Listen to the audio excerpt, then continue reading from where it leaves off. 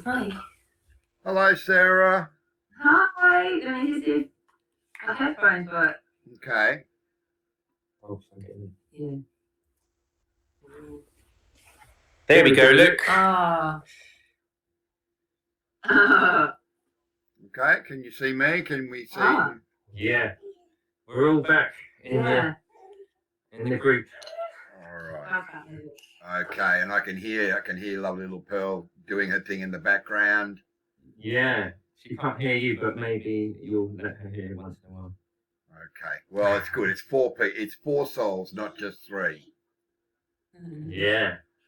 So you guys start. I mean, I've got a bit of an agenda that I'm going to go through, but at the end of the day, you guys start. You know, how are you sitting energetically right now? We're like, whoa, it's crazy half the time. Sarah's kind of looking at your book. We're doing really well. Do you know what I mean? I think we're doing really well. But it's like, I think the one thing I'd like to say is that overwhelm, I think, is the main agenda on the planet at the moment, you know, and that's where we've got to get our power back as a people, the ability to be able to. Because the thing is some people say that they're all right with being overwhelmed, but they're the ones who are suppressing it, and do you know what I mean? Like, they'll say that there's no issue with being overwhelmed, but they're drinking and smoking and trying to suppress overwhelm. Yeah. So, you know. Well, you can't use escapism as a mask in order to kind of, create a cleaner bill of living. It doesn't work that way. That's right, yeah. So I feel that our ability, and that's what we keep doing, we keep stopping and sitting together, and we're like, sometimes we can't, sometimes one of us is triggered or something stressful, especially with the baby. Like now she's wiggling the cable, bless her. And then we, sometimes we have to just go away and meditate for a minute, and then come back together, and it's like there's always a repair. And that's the thing, so it's like, that's the way forward, to listen to each other, to learn to listen. And we didn't always learn that as a kid. I think we had the programming through our parents, and they didn't always mean to be programming us. It's like kind of MK Ultra parents. They loved us, but they were being used. So it's amazing. I think if any of us can really step into our power, because it's one thing just like getting by and like, yeah, I'm kind of not so affected by my past, or I'm not so affected by the energy around me. But it's another thing to be a master in this reality, to actually be really, mastering your life or making happen what you really want to make happen on a creative level, not just practical. Because it's easy to do things on a practical level. Yeah, sure. That's kind of the matrix allows that, but your creative things to achieve your tasks that you really wish to do. I say, wow. Yeah. Okay. Well, the word usury immediately comes to mind, because what we're dealing with right now, you over there in the northern hemisphere and me over here in the southern hemisphere, is we're dealing with a Taurus new moon that is actually squaring off to the demon star Algol. And this essentially means that we are being literally dragged out of our comfort zone and forced to face parts of ourselves, the traumatic parts of ourselves, in an effort to see whether or not we've actually grown or even evolved or even become more of relationship to ourselves. Now, most people, unfortunately, are going to fail. That's just the lay of the land, because they choose, they use the emotion of choice to stay in that victim card basis, that victim realm. I'm not enough and no one cares for me, and I feel like, I'm being constantly challenged with regard to the relationships that I'm trying to maintain and sustain. So that really goes against the grain of what Taurus stands for, right? in tropical astrology, I am a Taurus. I'm a 22nd of April Taurian, and Sarah is a Taurus, embodying the divine feminine predominantly. But fixed Earth is not something that we're able to really ground at the moment because there's so much fire in the sky. It's the fire that people are misinterpreting and saying, oh, well, if everything's angry and burning and conflict and, to be ultimately out of kilter, out of balance, when really what it is essentially it wants to burn away all that no longer really serves. Yeah. So the ground is actually being reseeded with our energy if we ultimately allow it to.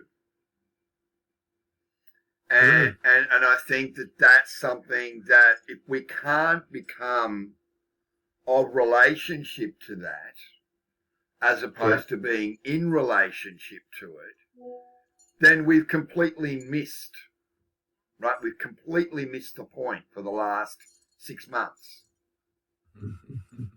Because you have to admit, and this is the most important thing, you have to admit you don't feel that you're living in the same world as you did 6 months ago. Yeah, true. I also feel like what we have said before, everything is medicine, comes into play with that, because that's like the recognition, because it's the nervous system capacity I'm noticing for a lot of people, right? And we can't blame us because we've got generational trauma, of course, as well. For us to be like, I can sit in the fire of this, I am strong to sit in the fire of the fire and recognise that's an asset. And you talked about also confrontation and stuff as well, like the ability to confront and not be scared of our own fire, so I feel that's really big. Also at the beginning, I didn't want you to say also what you were, how you were, because Mike said how's it been that you speak, so just make sure you get to be heard as well. Yeah. What's going on with you, Sarah? What as a mother and also as your own divine person, what are you feeling? What are you going through? Well, I definitely need lots of time to regulate and stop and just, I feel like I'm in the middle of an energy warfare. The wind, it doesn't feel like Mother Nature's wind, like, going through my head and hair. It feels like an energetic wind that I'm battling with, rather than Mother Earth blasting a big, gush of wind through my being. It feels like the winds and everything like that feel like, Riki says it's more, he says a lot, well, we're damaging the planet with the pollution, but I feel it's more like a bioweapon of energy manipulation, weather manipulation, right? More than Mother Earth's normal upset, nature that we're polluting. It feels much more proportionate to it being a manipulation of weather, as opposed to, or maybe it's to do with all the frequencies of all the Wi-Fi, all the electro world that we're living in. Yeah. So I have to keep having breaks to regulate myself. Otherwise, if I go right into it, and when you've got a baby who's very stressed and mirroring that to you, you feel like you really lose it. But I know that I'm being messed with all the time. So I just need to keep saying to it, I really need to have a break, have a shower, lie on the earth. And because I'm with a partner that understands also what's going on, I can keep coming back. But it does feel I'm not in a supportive external reality. Living where we're living at the minute, it's a nice little base, but it's still in a grid. It's a smart street, it feels like, even though we're next to a quarry. So the fields around us are very powerful. We're in Avalon, we're still in Glastonbury Zodiac, and we're living next to a quarry, and lots of fields are legally being protected. So we're half and half. Okay. So it is good. It's as good as it can be for now. Eventually, I'd like a detached house, like what you've got in Australia, a lot of land around you to have breathing space. But at the minute, I feel like the energy storm is difficult to navigate. But if you've got a strong practice, like reading your books, has been a real activation again for me. To remember every time I go into that loop, I'm creating the like doppelgangers, the thought forms, as well as all of that. Like that really like was like shit. I really need to take a little bit more responsibility. Like when I do lose my centre, that to bring myself back into support and he understands, he can catch us.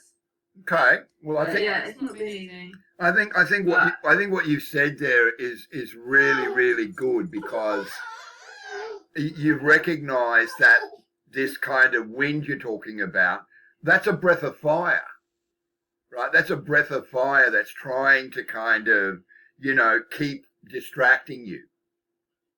That distraction is ultimately making it difficult to manage your daily, the way you daily project your activities with your child, and with work, and with trying to sustain your 3D existence and all that. That breath of fire it's not normal, Sarah. It's not a normal fire.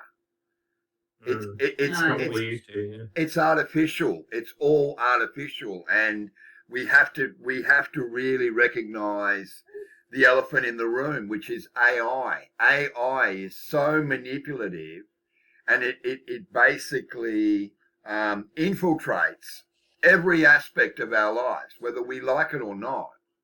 It's there. And so the antidote, which is what I want to talk about, antidotes as well as the disease, is essentially to realize that perception is everything and distraction is the disease. That's it.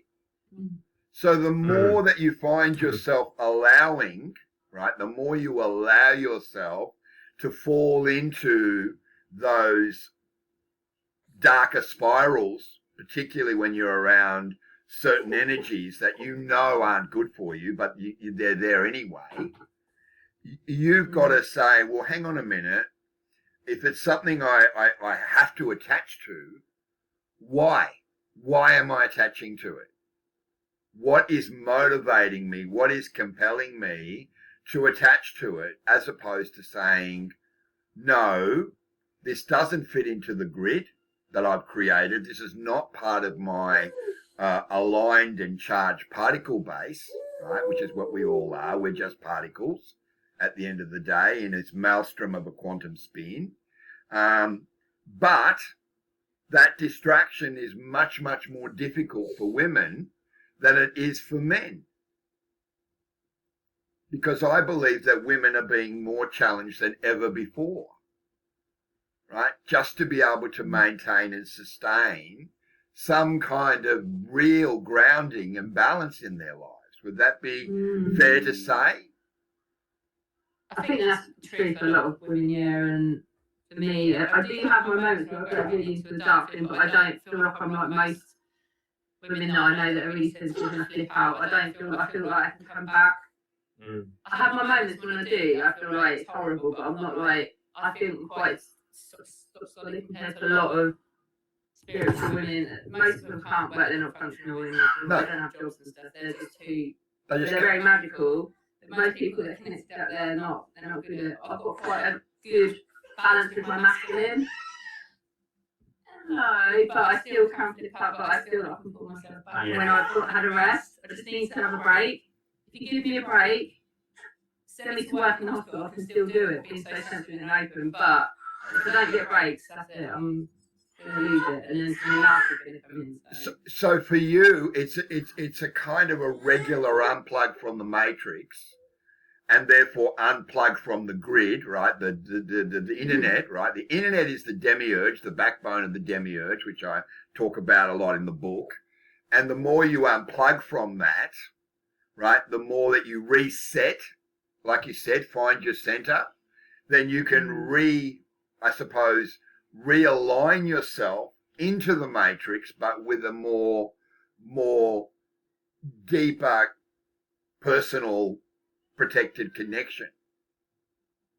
Well, yeah, with a stronger force field, my energy has been restored. My energetic field is back to, and then able to bring in whatever the other thing, if you work in a hospital, is the darkest and the lightest place because you've got it's so mechanical and dark. But then there's a lot of so many prayers, there's a lot of angelic beings in there wanting to reach the people that are going to die, they're not well. There's so much light and dark in there. I haven't done that for a while, but yeah, I can imagine. being a mum is a similar thing. Like I've got a patient that's got dementia, it's like not well, that's abusing me. I'm like, I have to keep. So it feels like these storms are just in the outside around me and mum's a little bit stressed being at work, and I need a lot. If I can have a break or go sit on the tree or I can, whatever it is. Bless her, she's very I might have to go on it. Yeah, Sarah would just come.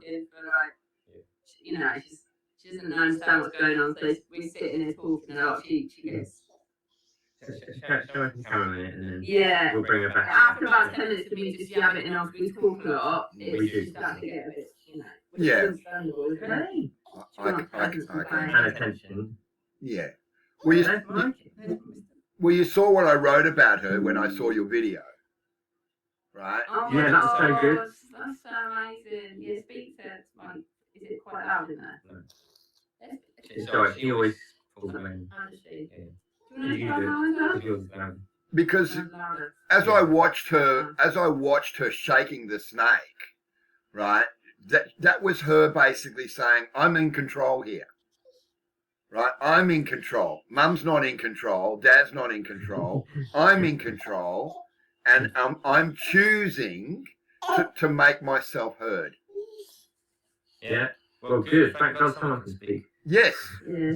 Right. So I think that she is this incredible, this incredible blue light child. I saw a blue light around her. Oh wow. Yeah. Yeah. Right. And that tells me that there's this kind of this protected field around her aura, which means that she can move in and out of the different densities of this existence, as we say. Right? Yeah, that makes sense. So, I mean, yeah. Pearl, just keep doing what you're doing, darling. That's it. Exactly. Then. I'm reaching out too. You look spectacular, doll. Oh, look. She's the one that, was it not the Gene Key, what's the other one that they do, the Life Human Design? I Yeah. think she's one that is like, Is she- yeah, her aura repels things or something like that. She's one of those ones that doesn't really, So she's she can't be is manipulated. she a manifesting generator? Yeah, I think she's like one where there's like 8% of the people that like it, but they can't. She's on her own spin, and Right. she can't really be like manipulated too much. Well, Yeah. that's cool. Yeah, I think that it's an inverted one, but it's one that doesn't go out to attract everyone to it. She sort of like repels, and they can't really like mess with her energy as much. Yeah. I don't know. I'm not sure. Well, within human design, the bulk kind of the larger percentage are what are known as projectors, right? That they project outward, right? Which means that they have trouble being a receiver. They're constantly wanting to talk. They're constantly wanting to kind of, make their statement, make their place in the world, if you know what I mean. Whereas someone like a manifesting generator is someone who generates opportunity. So that's a good thing, I think, at the end of the day, Yeah. I just want to say quickly, because I'll probably try, come in and out, or it'd be nice if there's a time where I can be in the room and I can hear both of your conversation without a headphone. But we'll figure that out, right? Yeah. At some point. We'll figure it. But your book, I'll have to read it again. I was highlighting a lot of it as well. But I like my favourite chapter was chapter 4. So what is it called? Rewriting the source code.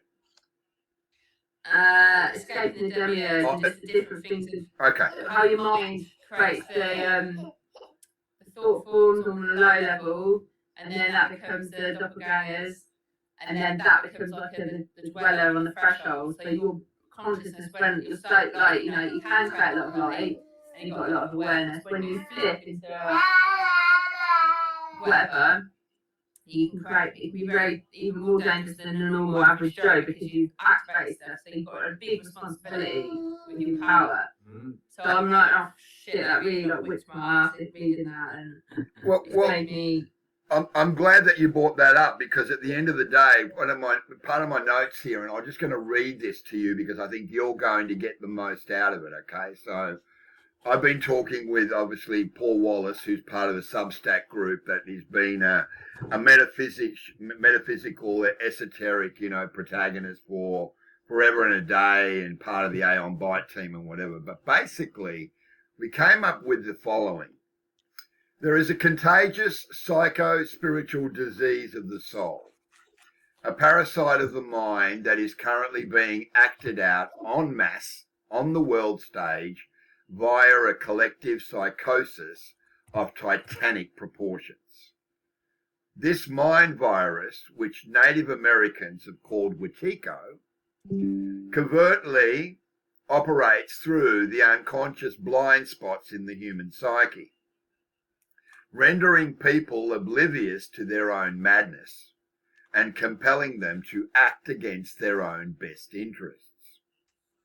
So, drawing on insights from Jungian psychology and that of Steiner, shamanism, alchemy, spiritual wisdom traditions, and personal experience, myself, the author, shows us that hidden within the venom of Wetiko is its own antidote, which once recognized can help us wake up and bring sanity back to our field and the collective in the society. So what we're saying, pure and simple, is that everything is medicine, including the recursion loops that we feel that we are unwittingly being dragged into by being around the non-grounded energy of other people. And that includes watching YouTube videos and being on face shit and Insta shit and all those different, lures, right? The lures and promise of coming in here and being part of something greater, when really all it's doing is it's essentially wasting precious time. So I would like to be able to really expand that with you more than anything, Sarah, because I believe that there is a Wetiko mind virus that you've created, and that you allow it from time to time to loose you, right? Riki's different, on the other hand, because he's so incredibly, like you said, overwhelmed with so many other things that it's kind of not as easy for him to kind of create those sorts of hungry ghosts, if you like, those egregores. But the divine feminine is being fed upon this mind virus right now. And so we just need to be able to, you're doing exactly what you need to be doing. I know my obligations. I plug into the grid when I need to.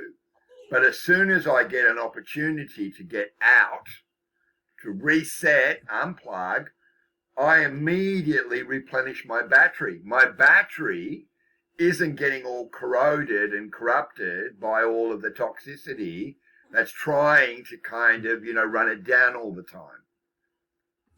That's something that I think is really worthwhile spending time on, developing ideas around. Yeah. I mean, I've spent the last 10 years where not having addictions to these things, and I feel I'm doing quite good now. I really want to get off WhatsApp completely, but I feel that I've done well. Like, I feel like I haven't got the strong pulls or dopamine kicks like what I've done with food. I've been able to do that to a good, moderate degree of technology. But now that I've got a baby, do you know what I mean? And now I just need to, when I do get a really big, strong pump of like energy, I've got to just like ground that into earth and put that into creativity instead of spreading myself too thin. Yes. Because I live in a community and I care about certain people, but I do still think it's good. But I just need to have strong boundaries with it.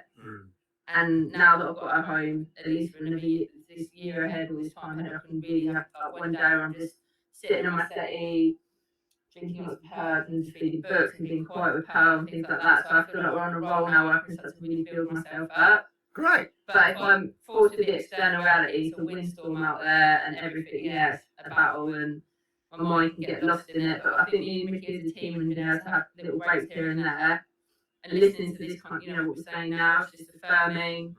Another book that I'm reading now is called Hellacious, another a feminine version of basically what you've written. So I've just got to keep going strong and know that I'm under attack and we're in a war. And it's not, oh yeah, we can say we're doing really well, but like it's only because we've got a program, discipline, and a way to do it. Not just like, oh yeah, it's just, we're not aware of what's going on. We've just got a backup system.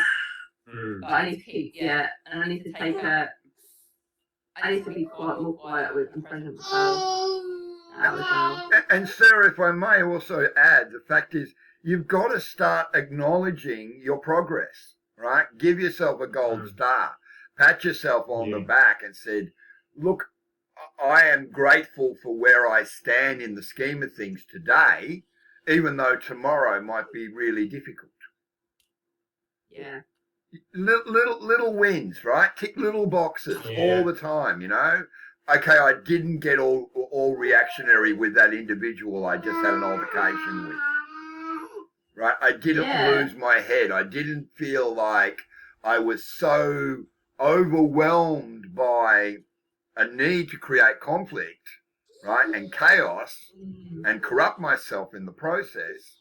So I'm going to reward myself. Let me reward myself. I'll go and make a nice chai tea or whatever, or I'll basically, you know, burn some cinnamon or something along those lines, you know? Yeah, there you go. That's good. I did that yesterday a few times. It's mega important what you said, because many of us, like me, had a critical upbringing, so we didn't learn to really, you know, like honour what we've done and have self-respect ourselves, you know, and even those of us who think that we have a good self-worth, but we still find ourselves, you know, not really recognising the value. And I was thinking the other day also about the ego.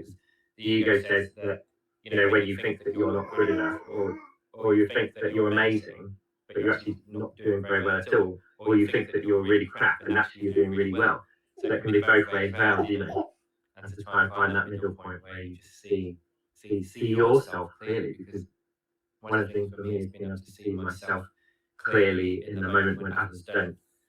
And that's been a hard thing, because I learned that what I was feeling from other people as a kid was me, was my fault, was their intensity, was something to do with me all the time. So immediately when someone feels something around you, you think it's my fault, I made them feel that, you know, or it's because of me. You know, so all of this is all like boundary work, really, you know, to really listen to what is really going on. You know. I'm going to take that. Yeah, you're going to take that. That's so good. Thank you for saying that. I was going to get in trouble there. I think it's really nice. No, not at all. Not at all. I just want you to feel like you're really, you know, you're really moving things energetically forward and with the right balance in place. That's what I'm trying to say to you. Yeah. But do you think this storm's going to get worse? Because it's bloody horrible. So it's like bad weather, but it's not rain. It's just this cold, weird wind that doesn't. And we love nature. Like so, you feel like the air just going and blowing. So it feels like. I'd just like to say for that quickly is that because I mean, it's amazing that I would talk to Mike in different countries and we would get a live stream in. And I want to get those up on the site and everything, but I've got to get to my archive. And I've been trying to get it together so that everything's all really organised. But when I was out, I would, you know, have a chat for like 2 hours with Mike out in the middle of nowhere in the bush in Spain or something, you know. But back then, the weather was more like it was like the earth was responding to humanity. Yeah. Now that level's there, but it's like Sarah said, it's a little bit like that, but it's mostly that the weather is now actually being manipulated.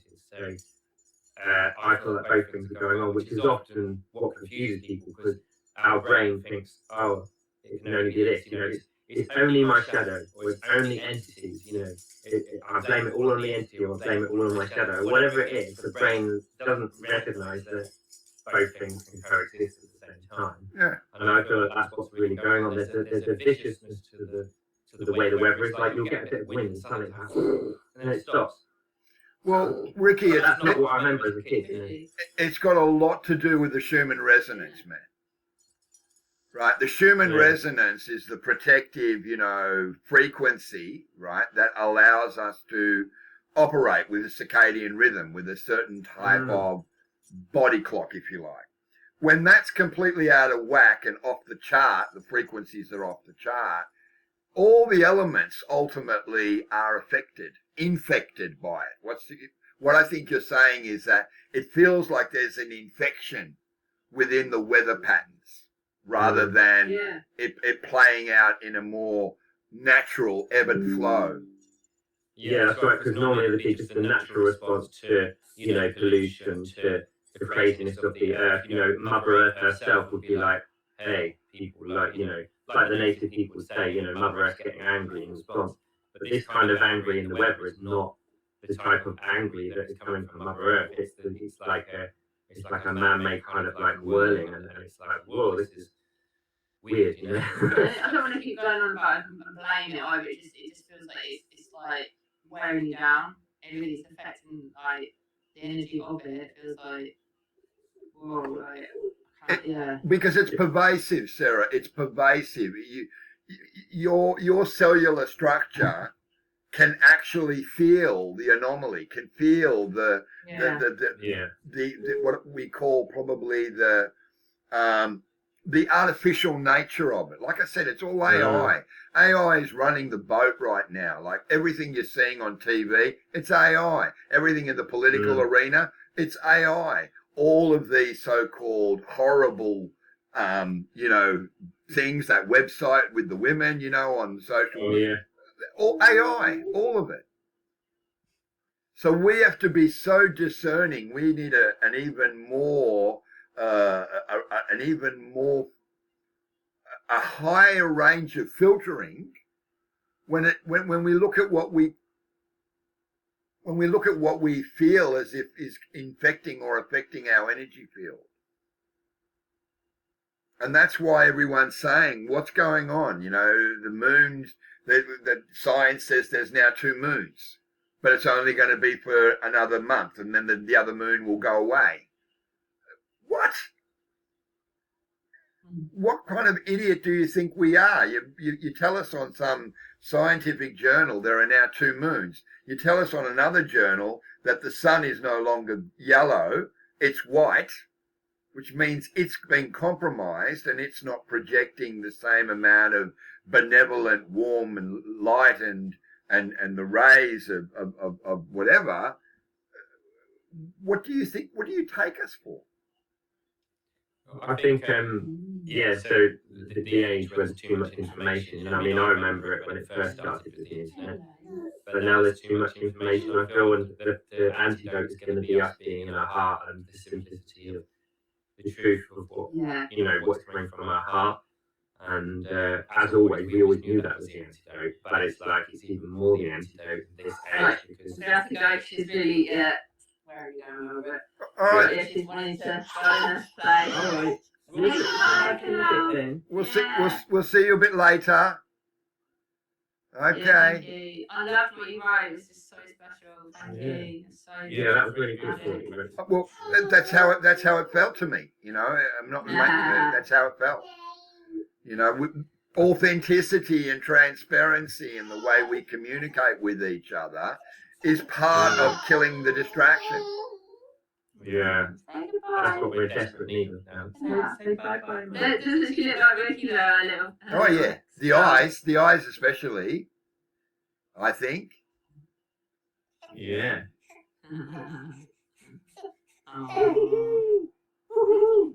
Yeah. Speak soon. Anyway, I'll be here in the room, but I'm just going to take it to a player. Yeah, just to go play with her a bit. Yeah, fine. I'm trying to find an extension so you can listen on it. I can put an extension on it. I think I just need to be with her. Yeah, alright. Alright, I'm just here though. Okay. Thank you. Thanks so much. No worries. So the medicine, the antidotes feels like absolutely essential. I think we've always known that we don't have to do our mission. You know, we don't have to do this. We could, like life, if we don't do whatever, it's not really, you know, the end of the world. But I feel like if we do listen and we do, you know, do what our soul is telling us to do, then it's going to be a magnificent kind of life, you know. But that antidote is really, yeah, there's always something that can break through all the distortions. We know that. And if we forget that, then we've got very compromised, and and that's the whole point, because the whole point of the programming has been to kind of make us, especially through the trauma gateways, has been to make people give up. To it's like the heart goes, oh, and gets deflated, and it's like, what's the point, you know? No one cares, whatever. All of these lies that kind of come in, you know, Yeah. through the trauma gateway. And the suppression becomes choice, right? Our choices are limited to being suppressed in what we think, Yeah. what we do, how we act, how we react, and whatever. And I mean, I agree. Yeah. And I simply want to kind of, you know, say, in addition to that, Riki, we've got to fix ourselves, man. Right? It's all starts and stops with ourselves, because then we act like a pebble in a pond, don't we? Right? We can drop ourselves into the pond. We can radiate out with the ripples of energy, which ultimately then project and radiate and you know, infect other people's souls. Well, I love that. I feel like that's where I want to, you know, move to. It's like the embodiment of it, you know. It's like when we're recording the albums and that, we get very caught in the process, and then we kind of like in there. But really, it's just being the channel and being directed in the moment, and the energy just flowing is what is the ultimate, you know, highest sort of thing. But our goals and the things we try to achieve in this life, they can be really good, but we also have to keep sort of letting them go so that we can actually be with the energy of the moment, that powerful wave that you just said, that comes through and affects people and ourselves. Yeah, so big. I want to sort of change tack for a moment and go back to nature. Because we've been, I'm just going to talk about, you know, myself from an egoic point of view for a moment. Because I've been completely gutted now as far as having any desire to want to interact within a larger social structure. You know, I have what's known as high social anxiety. Like every time I get in a car, or every time I even go for a walk up to the practitioner that does my mental health, which is a whole different thing, you know, I'm confronted with these scary scenarios. What would happen if that particular individual lost their shit in the street? I would be the first person that they would obviously, you know, lash out at, you know, and that kind of thing. And that's deliberate, as I've discovered. The Wetiko, the Archons, the whole kind of demiurgic experience is to create such a disconnect that you almost feel like you haven't got the guts and the will, the drive to want to claw your way back to where you used to be. You used to go fishing. Yeah. You used to drive into the mountains. You used to enjoy the mycelium under your feet. You know, you used to go to the beach. You used to sit in the salt water. These are things that seem so far removed and more part of a distant past than something that is very, very current. How would you address that from your point of view? Yeah, okay, so look, from my point of view, now, because obviously there's two things going on, which is, one, you've got the stuff from my childhood, you know, like for me, my nervous system's been trying to keep me safe, you know, and that's because of the particular traumas and things that I had going on. Yes. So for one level, I and also it wasn't just trying to keep safe, I learned this, you know, this programming that, you know, this isn't safe, this is all these different things as a kid, you know, so we've got that level where, and I think sometimes we're recognising that, okay, I don't feel safe with this. So I remember the time when Sarah, we went to this river, and I didn't want to go in the river. I was like, I don't want to go, you know, I just want to stay in my little thing, you know. So I put I put the towel around me, and I allowed my inner child to just go, okay, we'll just stay in this towel. And I just said, okay, that's all right, we'll just stay in this. It's okay to feel this, you know.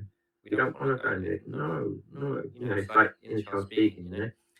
And then it was like after like 5 minutes, I was like, I'm going in the river. If I hadn't have listened to this inner child that didn't want to do the thing, you know, that powerful masculine wouldn't have come through and gone, we're doing this.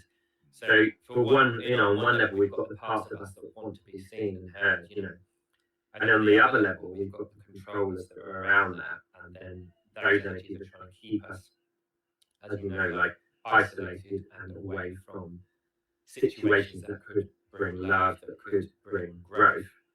But then the flip side of it, you've got that the energies are trying to keep you only around humans that are unhealthy for you. You know, that can happen, you know. Yes. So we've got our guides and all our spirit, or whoever you think's helping you, you know, on the higher levels. They want the opposite. They want to help you gravitate towards people who are going to help you progress and heal, you know. So isolation tactic on this planet is like massive, and you know, the computer has been the way to sort of like keep people distracted and feel like they're getting a connection. What's the word? Subdiverse, you know, where you get someone pulled into another, you know, away. Subdivided. It's subdivided. Yeah, subdivided, you know. So really, that's a massive program. So what's the antidote to that is, you know, recognizing that, because I feel like what happens, I want to go up here, because it's like up here you've got the nervous system control, so that's trying to use your own wounds against you. You know, so mine is like feeling exposed as a kid, you know, going to a new school, not being ready, and what the control's been trying to do is, you know, stop me from processing that, because we just need to feel that. I feel fucking anxious, right? Okay, and then you feel that for 5-10 minutes, and then you're ready to go into the situation that you're avoiding, right?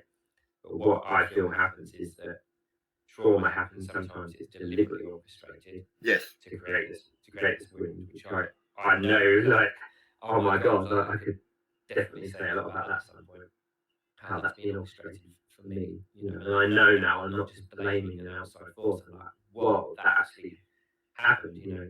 And the thing is, the orchestration, it doesn't need to be big, like you said about rippling. It's just like a thought comes in, you know, I'm not good enough, or they won't believe me. Could be that, you know, so someone doesn't speak out about what's happened to them, they've had an abuse, you know, and they don't say it. It could be anything, you know. So the antidote is to recognise, yeah, that we are being messed with in that moment. Because remember that time you said to me, I think you're under psychic attack, Riki. And I've had 2 weeks of like hell. I was like, what's going on here? You know, and the moment you said that, poof, it just went, you know. So another thing to mention about that, because I think what we're talking about is spirit interference or archon interference or whatever, is that we have to realise that it's not just about going to shamancy that, oh yeah, she's cleared this off now, and then a week later it's back again. It's back again, It's exactly. Every day you do not listen to that voice in your head, because you recognise this thought that's coming in, I'm not good enough, they'll never believe me, whatever it is, you know, that you don't listen to. Because the moment you listen to that, it's like that astral energy is coming in. But the moment you said, this does not belong to me, this is not my truth, you know. Or sometimes this is an experience from an entity who has its own experience. It's not my experience. This is not, I didn't, you know, in the experience of the one that I felt around me had a tragic death, you know. That's, you know what I mean? So I have to recognise, okay, I see that this happened, I see that this beheading happened, these very dark things happened.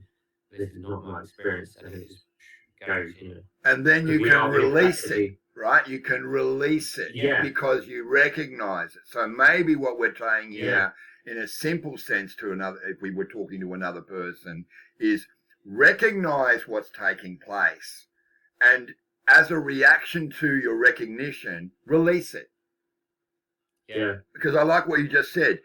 It's not my experience. This is not the way my life wants to be. I'm being coerced, right? I'm being coerced. There's coercion here that is drawing me into a certain manner or pathway of the way that this so-called trajectory is playing out right now. Yeah, I really agree with that. That's really good. And another thing before I forget is that I sometimes feel like with the hierarchy of these things, there's like an overall controller that is using all the traumatized beings.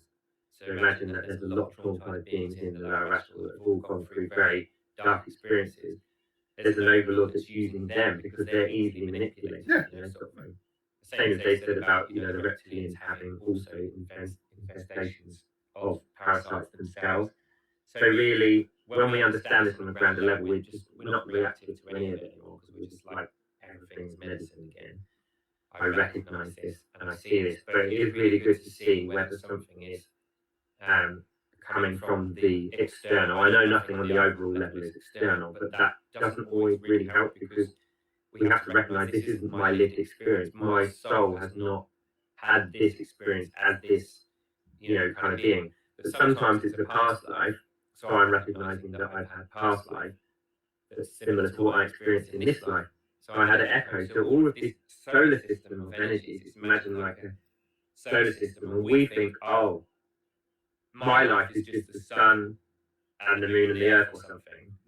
But we don't recognise that all these other lives that I had are still spinning, and all the collective energy of my parents and things. I mean, the other day I could feel that my mum's wound was in my body for some reason. So we just got to recognise that we're feeling more than we realise we're feeling. I think what you've done there is you've identified how the human psyche is so fragmented. Because I think at the end of the day, if you look at our beingness as a solid entity, but as each new trauma loop comes into focus and we put energy into it and we try to make sense of it and we try to figure out why it's happening and the level at which it's happening or whatever, we fragment ourselves. We break parts of ourselves off. And I think most of the time what we're doing is we're recognizing a part of ourselves that's way over there in the astral or way over there in the etheric field or even way over there in the higher auric field, and we're saying, come home. Come home. I'm releasing. I'm forgiving here. I'm surrendering, you know. But I think what we're missing, and this is where I think we really hit the nail, is we need signs. We need signs that we're doing okay. Because the problem with humanity in most cases is we're constantly recycling our self-sabotage all the time. Yeah. Like we said, we're not enough. I don't feel like I'm contributing. I'm going to withdraw because I don't feel like I'm contributing. I'm not part of the zeitgeist. I'm not part of the collective. So I'm going to isolate myself and I'm not going to allow myself to get all wrapped up in that. Well, that's just fragmenting the consciousness more and more, right? So we need a sign. So here's something that I want you to think about for a moment. When you live in an urban sprawl, like you do, right? 4 walls, roof over their head, concrete floor, covered up by carpet, all that kind of thing. Nature doesn't feel very comfortable wanting to come in and share that frequency with you. Yeah. But right now, Riki, I've got crickets everywhere. Everywhere I look, there are crickets. And lately, they've been coming in and they've been finding a place to sing. And then when I least expect it, they'll crawl out and they'll crawl on my feet and stay there on my feet. Nice and warm. And what I'm getting from that, and I had this conversation with my drummer the other day, is that cricket is saying, you're doing good, Mike. You're holding space. You might not feel like you're actually getting anywhere and that you're in the loop and you're not really shifting anything. You're not getting into a higher level of consciousness. But I'm letting you know, as this tiny little creature, you're doing okay and I want to be around you. So maybe that's something that you should put into the back of your grey matter, and then when you're in your environment, when you're in your studio, when you're in your vehicle or whatever, look to see if any nature chooses of its own free will to come into your local environment. And tell that, and say that to Sarah as well. It could be fly. It could be a fly. It could be. It could be even, these little midgy bugs that love to hang around fruit or whatever. So you don't look at anymore at them as being pesky. They're just pests, and I need to spray them and kill them or whatever. You need to think, well, why are they really there? Wow. Huh? Yeah, I think also, we've been trained to not see the signs and the self-sabotage loop, because Sarah says this, she says that people are naturally against themselves, naturally against yourself. That is not what nature is, you know what I mean? So yeah, if anyone's going to give us a sign, it's nature.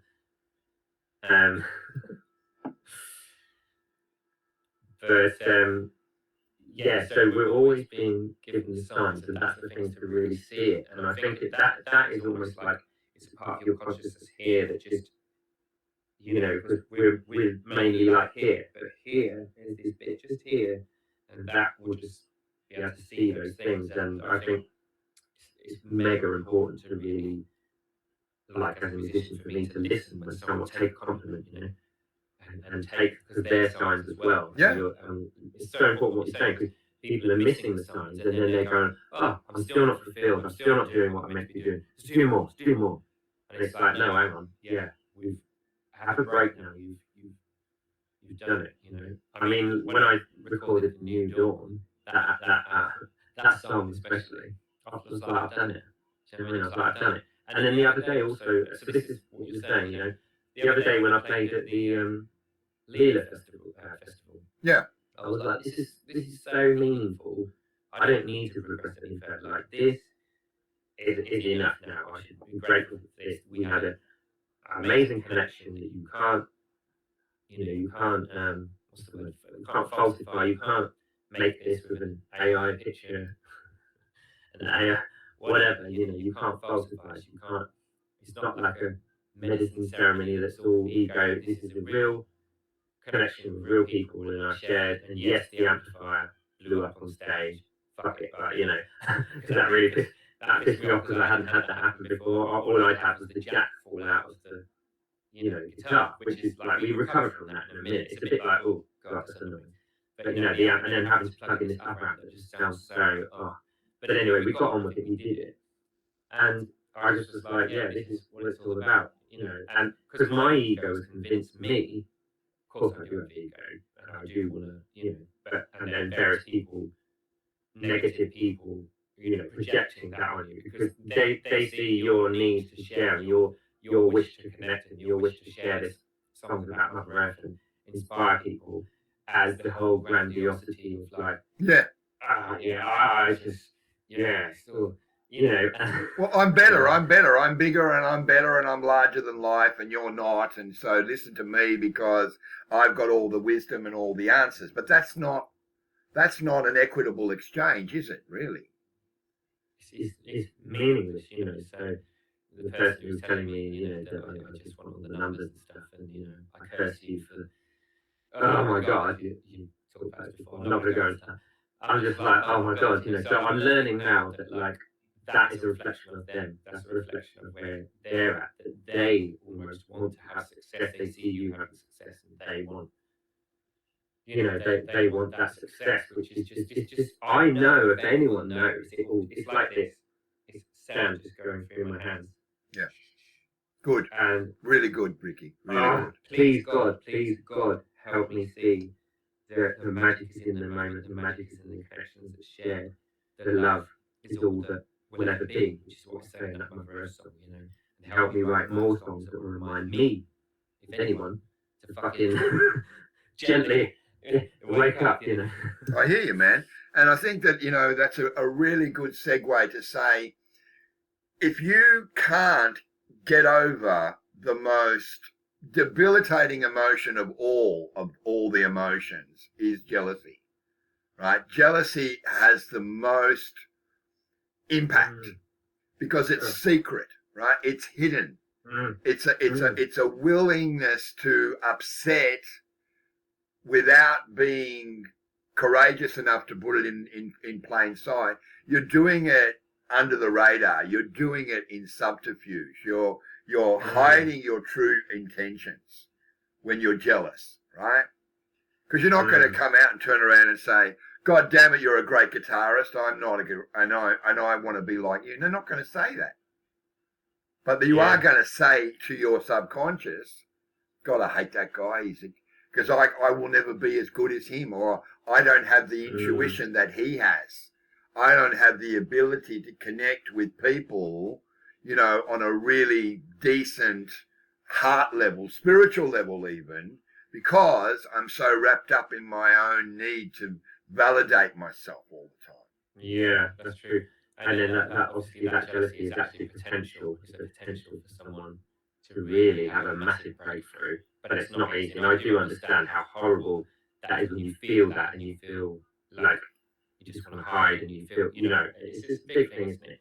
But I think this does, not that we should always have compassion for everything. No. This does give us better understanding of where, because I wouldn't even call them lower life forms, but I would say, whenever all the other energies, especially the ones that have a story. So I see that we've got the interference coming from beings that are just, that's the job that they do, and then the interference coming from beings that have had a traumatic life, and then when they are in the upper realm, they're full of hatred, they're full of jealousy, they're full of whatever, and that is a reason to adopt the matrix programming, because I've sold out basically. You sell out because you say, fuck these people, oh, I deserve my revenge, or whatever it is, Yeah. And because you feel that, you then say, okay, I'll go and do this illegal behaviour, which is, the illegal behaviour is manipulate humanity, which they shouldn't be doing, but obviously you feel like the world owes you something, and then that makes you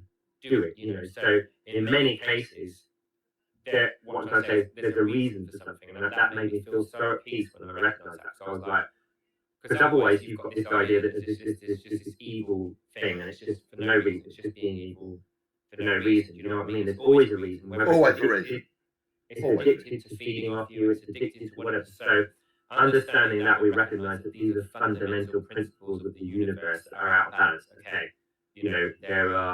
there's still we know that parasitical behaviour is part of life, but I would say that this kind of parasitical behaviour, do you know what I mean? It's a little bit difficult. It's very orchestrated. It's not just trying to survive. It's like, it's manipulative. It's trying to have more than its kind of fair share, really. You know what I mean? It's like it's coming from a wound. Whereas a natural parasitical behaviour of I need to survive is a little bit different, isn't it? Like a parasite in your body, like I need to survive, I'm going to die. But someone who's manipulating when they've got enough already, but they just feel like because the world owes me something, well, I'm going to take it. This is the whole thing about entitlement. There are too many people, or too many souls, both in the lower realms, the lower vibrations, and even the higher vibrations, that feel entitled, right? My bloodline, my ancestry, my pageantry affords me this kind of lifestyle, and be damned if anyone gets in the way. That's how the royal family have been going about, usurping their own subjects for centuries. Well, let's recognise that in ourselves whenever we're like that. Wow, work for that. God. Well, yeah, but the thing is going back to what we were just talking about before. If jealousy is the shutdown mechanism, right? So I don't think people can actually legitimately state that they can love anyone, even love themselves, if they project jealousy. Because jealousy is essentially you admitting to yourself, I am not enough. And I can never be enough. And so I don't want anyone else to be even remotely better off than me. So I want to make sure that every thought is geared towards that ideal of, no, you can never have that. You will never have happiness. I will never allow you to achieve bliss. You will never have balance with nature. You will never be in relationship to a partner, a woman or a man, depending on what kind of genderification you're talking about. That's the key, I think. And I think nature acts as a conduit, acts as a channel that tells you're being unreasonable. You're being unreasonable, not anyone else. Don't play the blame and shame game here. Don't point the finger here. Point the finger back at you, because you're the one that's being unreasonable. Now, remember that spirituality and the so-called God complex and the guru complex has always stated that we are perfect, right? We're perfect beings. We're omnipresent, benevolent beings, multidimensional capacity. No, we're not. We're not. We're flawed. We're wired to be flawed. And I think our journey on planet Earth in this incarnation or any incarnation is to recognize that I will not be a student forever. I will rise to the role of a wisdom teacher, of a wise man, or of an alchemized element of the universe. I love that. I think what there's an element of realism, being realistic with what you're saying, because that's to be realistic, to be with what actually is the truth, because it's easy to make this grandiose thing about it all, or I'm going to arrive at this place, or any of these things. But really, the realisticness is that there's the brokenness, and then there's the part that is all at one and at peace, and we have all of that. Yeah. Again, it's not polarizing, is it? It's like we're all the different things, and I think that's the most healthiest way, to look at life, and to accept is another way of the thing, to accept those parts of us and just to allow. And I think that's so freeing, isn't it? Because that's what nature is doing. In those moments, nature is reflecting and saying, yes, look at this part of you, and sometimes people do take the plants, the medicines, the plants to allow themselves to see that, because the nature is, in most cases, in a balanced perspective, neutral kind of place. Nature wants you to always see it as source. Like I've been lucky enough to be reconnecting with Jill Kirkham, who's down in what do you call it? Cornwall. Right. She's down in Cornwall, but she's been going to Scotland to connect with some really, really powerful medicine men and women, at the end of the day. And she said, Mike, I've been doing some of these psilocybin, these magic mushroom psilocybin mycelium ceremonies. And some people, they drag up so much of their trauma, so much of their forced emotional disconnect, that it manifests to them as a being, a part of themselves, that's literally kind of, punishing them. That's why you're going through a hellish experience, in your hallucinations. Yeah, that makes sense. And she asked me about it, and I said, well, actually, here's a rule of thumb. If you look at the history of people who use plant medicine, particularly like Terence McKenna, Philip K. Dick and all the, even Hunter Thompson and all them, they were using these so-called plant medicines to find the Christ, right? To find the inner spark, the inner knowing, the inner God, if you like. But what they weren't realizing, and this is what the plants were telling them and why they had such hellish journeys, is you are egotistically taking me, right? You are egotistically taking me. You're exposing the intelligence that enlivens the cells, right? Egotistically to find the Christ. Now, I'm not going to warm to that, is what the plant is saying. The plant is saying, you are abusing my ability to help you journey into another dimension or into another density of consciousness, rather than achieving it naturally. Yeah. So this is where breath work, I believe, has really come back into focus. Deep, mimetic breathing, right? Which actually clears out all the capillaries, clears out all the mucus, clears out all of the toxic, pathways. Because 9 times out of 10, you talk to someone and you ask them, do you breathe through your nose or do you breathe through your mouth? And they'll lie to you. Because everybody breathes through their mouths. Everybody.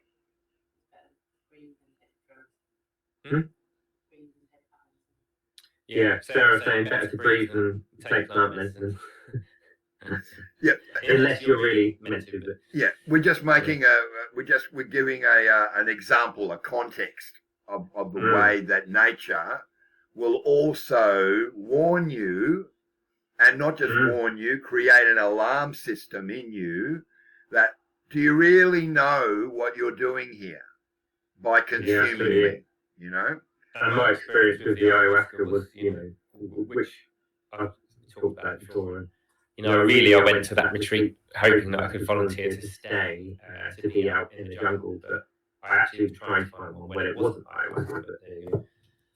But yeah, so mine was very hellish, and that's okay, and that is the point. I mean, if we're going to evolve as humans, we've got to face the hell. And I always remember when I was traveling and went to this beautiful, like this new houses, apartments and homes and stuff that were just like made so nice on the outside. I was like, oh, nice. And then I went around the back, and I was like, bloody hell, it's a jump.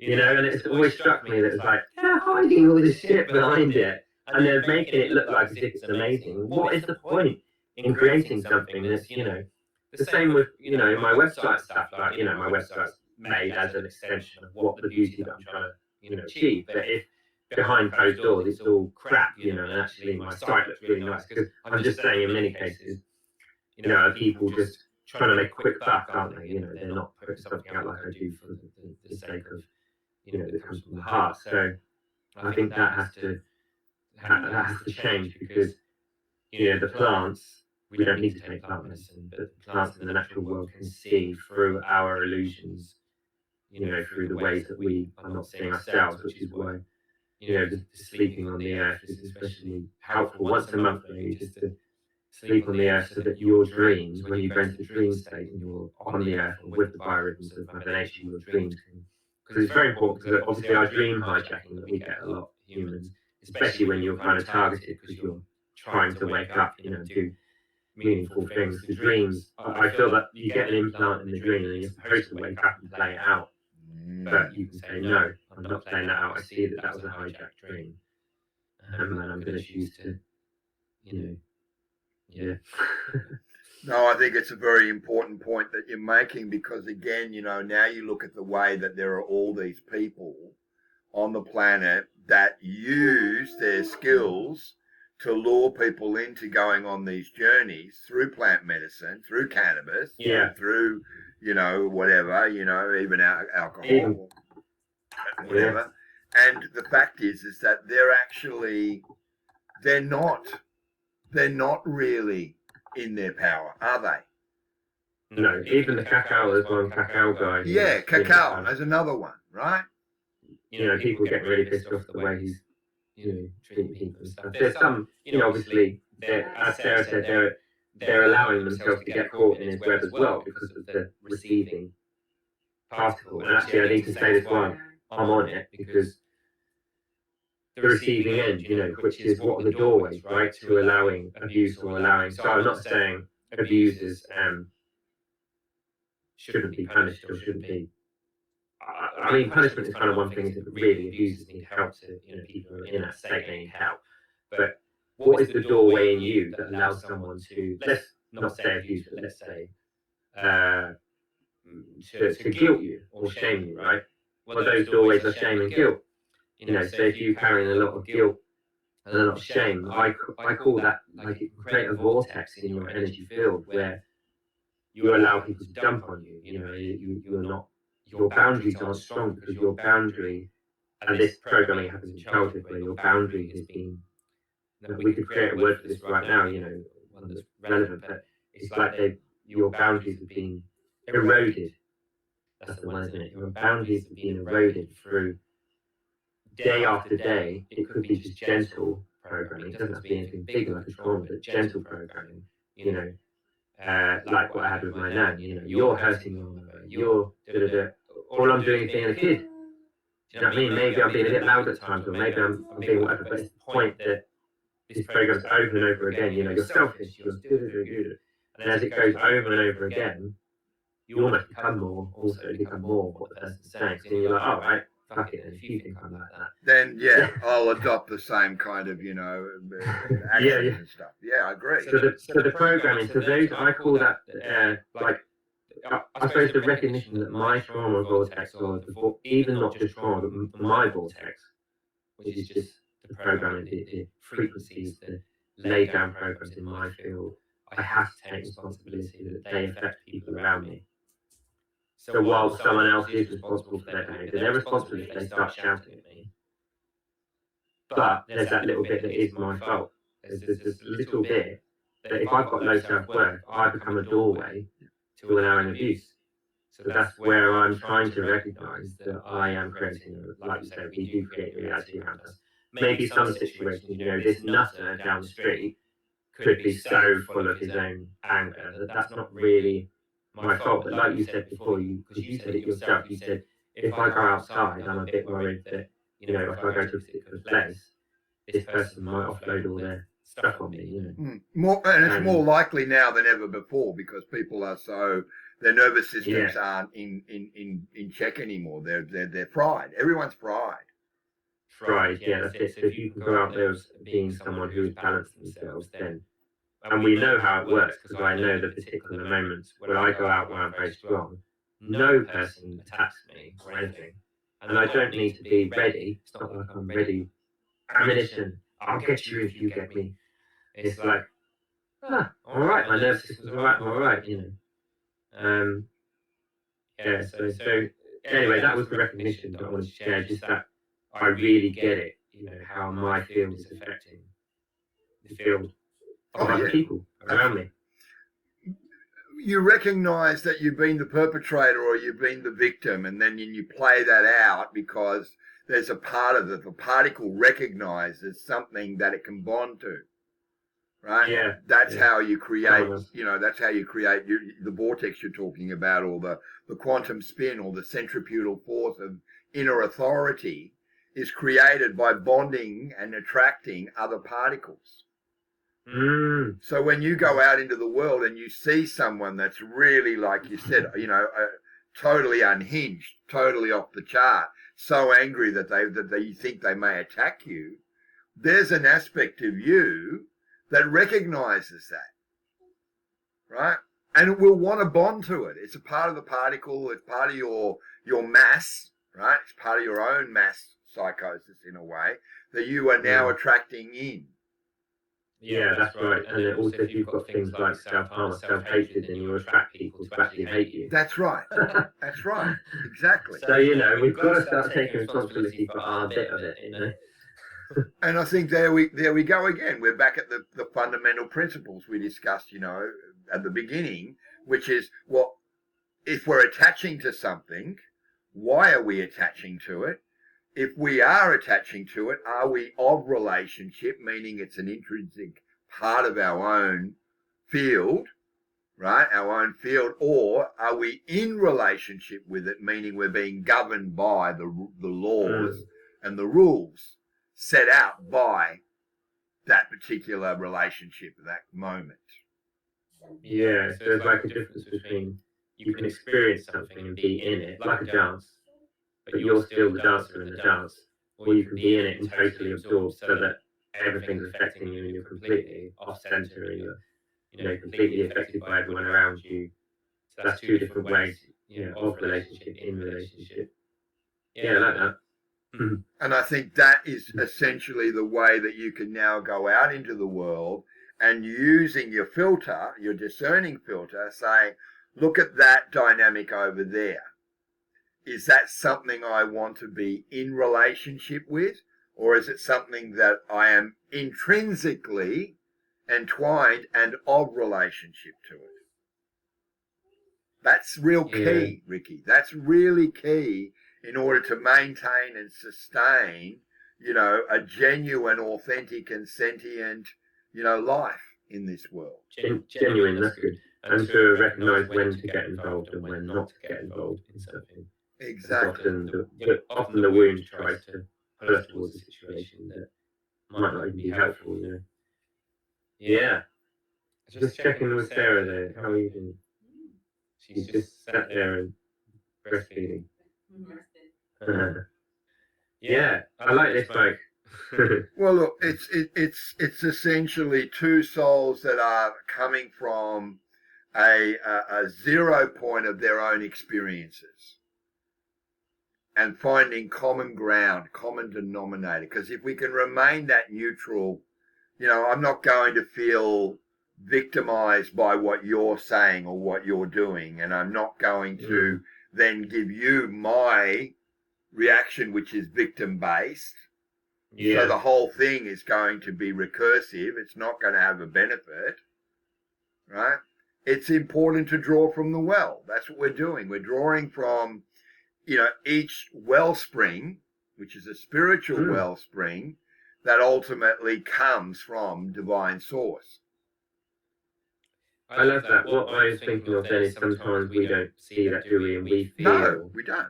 As if there's no way out. And I think that is where the fight, flight, hijacking with the,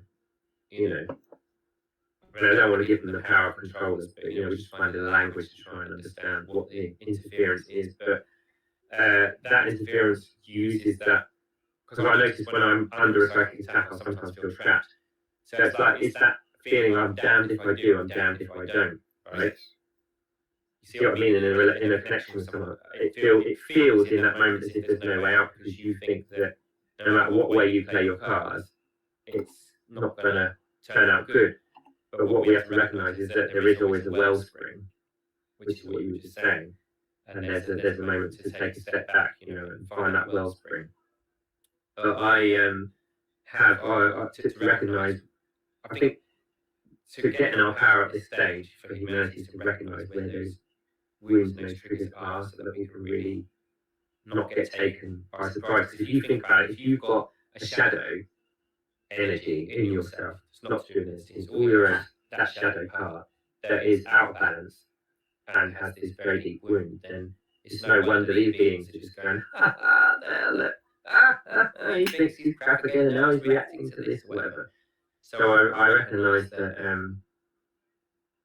that I have to really listen to that part of me that feels like it wants to prove itself. To say, hey, I wasn't doing that. You got me all wrong. Because I look at my songs and I recognise my own psyche in them, because one of my songs says, you got me all wrong. So this song is about someone getting me all wrong, right? Yeah. And then another one says, for those who, what's it, in Sunrise, justice will prevail, you'll have your glory day. For those who are wrongly accused, yeah. So these are all aspects of either this life or past life, right? So the past life was that I was wrongly accused and sentenced and had the head chopped off, whatever, or me, or whatever energies in my field, So I've had to recognise these are key moments that were so intense. We're talking about intense moments in our biological and our energetic field. They're so intense that that's why the entity manipulation can use it, because it knows all you've got to do is just go, yep, give him a -4, and then he's fired off into the whole thing. Yep. A week. Yep. For some people, the whole week they've gone into hiding away again for a whole week. That's what it is for traumatized people. For normal people, it may be a little bit different. For someone in a normal workplace who's coping, it might be that and then they're being horrible to their family when they get home because someone triggered them at work or whatever it is. So I feel less find where those linchpin, because Katie, she used to call it a trapdoor. Okay. Where it was on Tenerife camping, she called it trapdoor. So she said we've got to find where the trapdoor is, and those things are usually guilt or shame or any of those sort of things. You feel like you did something bad that you haven't kind of forgiven yourself for, and that's still, it's buried so deep that that's the gateway, and then other people are used to reinforce. So other people are channeling basically when they do that, because They are. their own shadows are being pulled up. So there's a real massive kind of like pain body, where to go thing on the planet right now, and I think if we could recognise this and move through it, we would have our glory day, like the song says. It's almost like there's this whole, thank God for that. Yeah. I'm not saying it's going to be like that in our lifetime where it's like it's over, because it isn't. There's so much shit, but No, there's not. that relief. But we will have moments of that relief. We'll have moments where it's like, and that release. And I think that's especially what happens when you release past life stuff and, deep wounds from this life, other lives, entities, lives, whatever. There's this like real sort of like a re-emergence. There's like very strong power comes up through your body. The natural force. It's a Kundalini. It's a Kundalini awakening. Yeah, so where it's been blocked, and that's the thing. That's our only real, I don't want to use the word obligation, but our real thing in this age on this planet is to start working with this stuff, because we know for a fact that the way the Native Americans were, abused and taken away, children were taken away, and all this terrible stuff happened. We know that many of these things, the World War, all of these things haven't quite been released yet. That hasn't. Otherwise, we would see the same patterns recycling. Well, that's right. The trauma ultimately anchors the chaos around the patterning. And the patterning is what ultimately continues to perpetuate the trauma. So the trauma doesn't get resolved, right? But it's actually, then it's collected, right? It's collected, and you've got a protagonist, right, in the form of so-called, let's put it into a context, because I think it's important. Let's take someone like Donald Trump, right? Now, when Donald Trump came into power, everyone said, oh my God, this guy is totally different. He thinks about the small man. He wants to make America great again. He wants to clean up the swamp. He wants to essentially redefine the way that the institutions operate without autonomy. And it all sounds really, really good on the surface, right? So he plays the role of guru. And all these people rally into the delusion that he's kind of projecting, and they become these loyal supporters, like in a cult, with a guru. And this is essentially what Wetiko does, right? That the Native American people use Wetiko as this psycho-spiritual disease of the soul that precisely describes the collective blindness around Trump and his followers, right?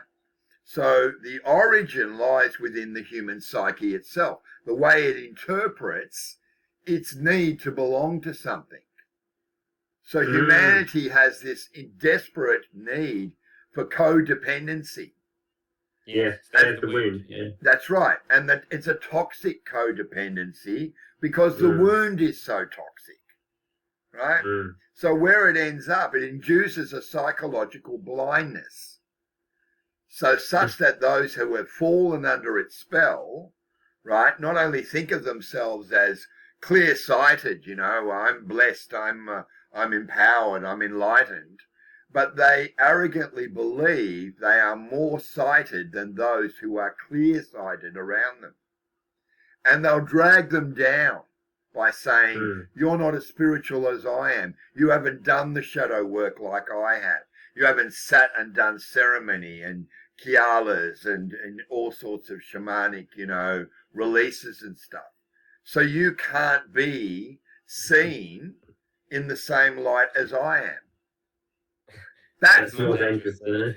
That's what we have to do, Riki. That's our job, is to recognize that when someone is being overtaken by Wetiko, and then say to them, well, you're the one that chose this. What was the linchpin? What was the trigger point? Maybe that's your job as a musician. Maybe that's your job as a healer, is to try and help people find the trigger point where they all of a sudden became, for lack of a better word, totally embroiled in someone else's story, their doctrines, their scripts, their dogmas, and started following them without really filtering what was going on. That's really interesting. Yeah, so the person will take something on, an external authority, in a moment of, sometimes in a moment of high stress, because the soul splits off, and you made that choice. Like, one of the choices could be, fuck this, the world's too harsh, I don't trust anyone anymore, so fuck it, I'm going to go onto that porn site, and the one with all the dodgy people trying to tell them to rape, date rape and stuff. Whatever it is, it's the timelines, isn't it? There's a moment, there's a fracture in that moment, and that is a very important point. And I feel that the thing is with the Westico energy, it recognises where those timelines could be. Yes. So it's like the only power you can really give it is cleverness, really, because it does have that one thing, that it can be very clever at finding out what potential timelines you could go down, and then trying to persuade you to orchestrate your own demise or your own enslavement, ensnarement into that system.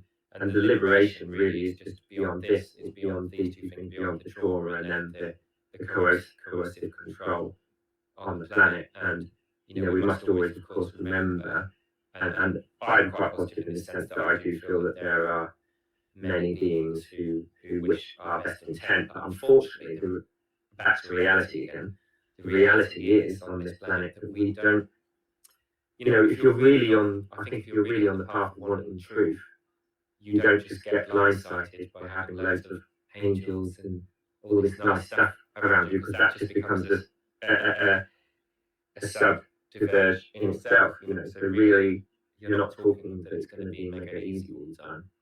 But let's not make an ego out that it's hard. Let's not try and say, oh, if you're doing the real work, it's going to be really hard. Exactly. And this underlying trauma, right, that the Wetiko is trying to come to grips with itself, is its jealousy.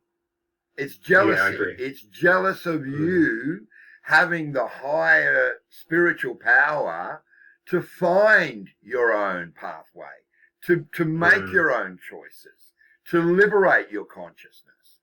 It cannot handle that.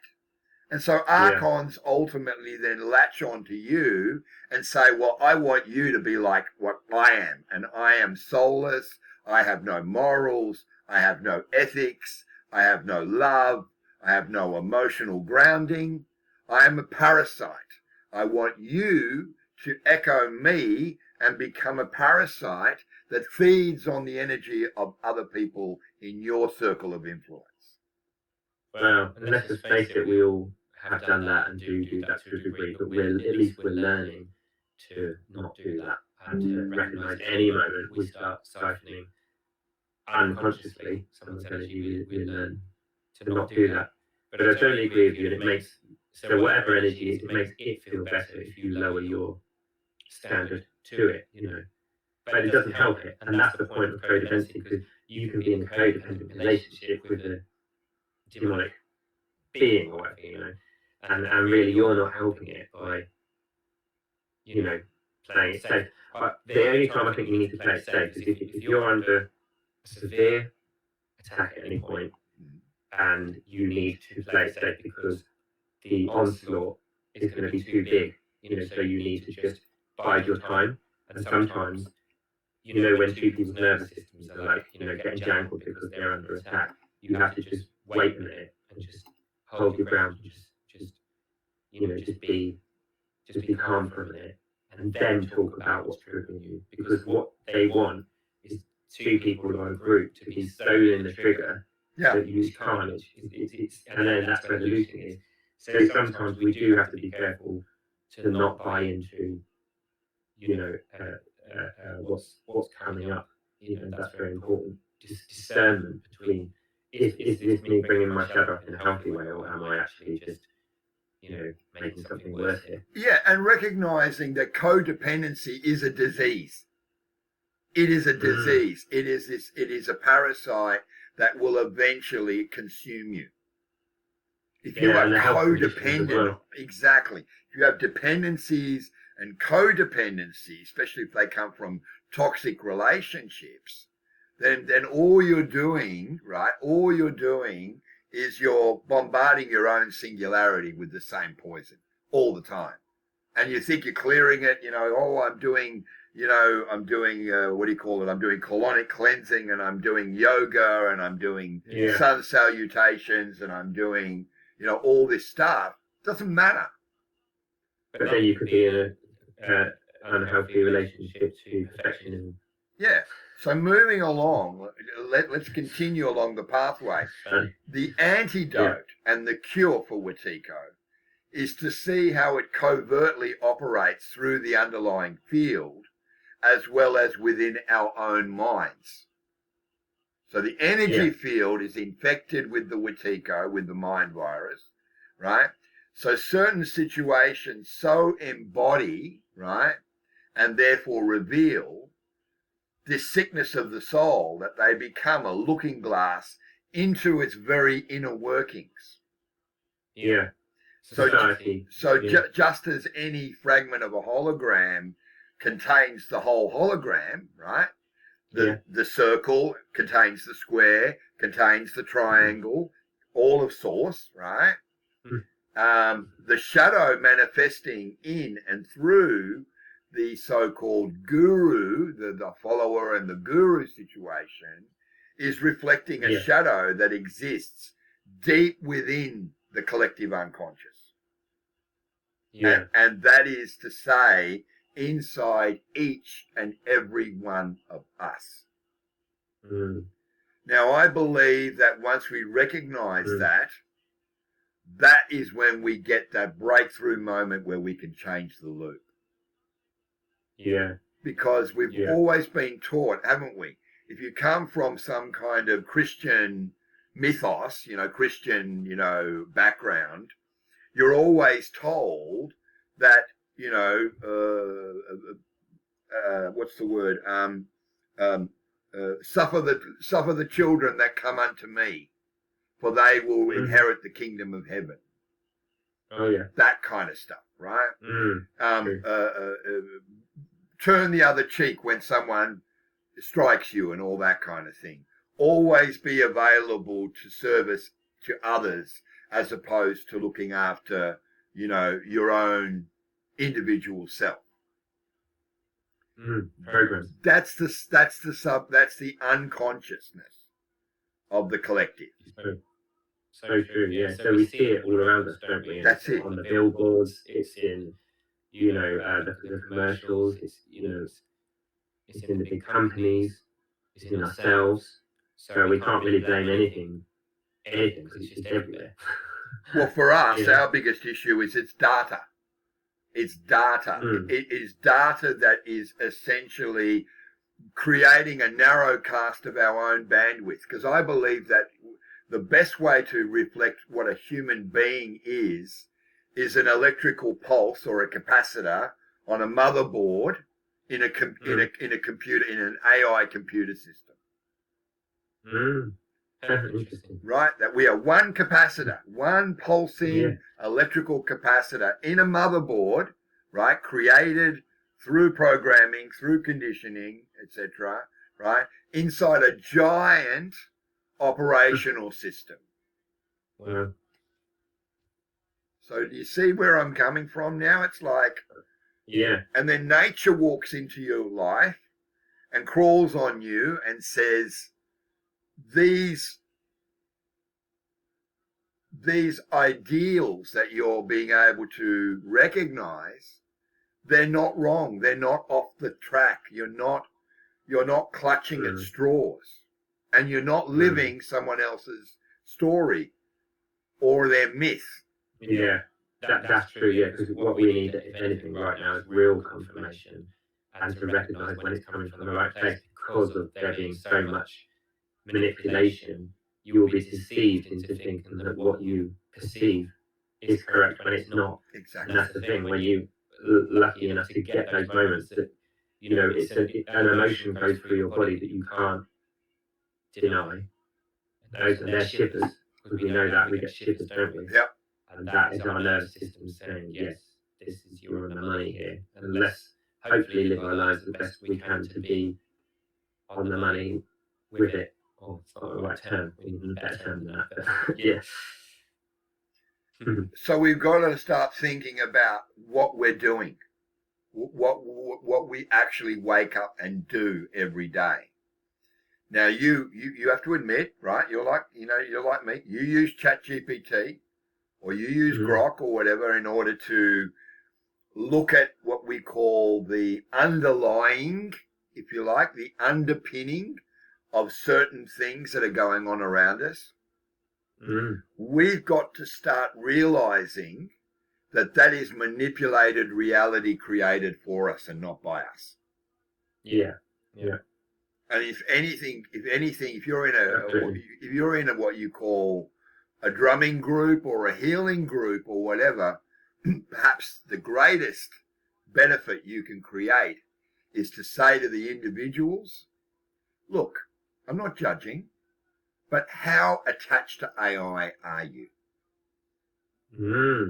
Are you allowing it to become a codependency that if all of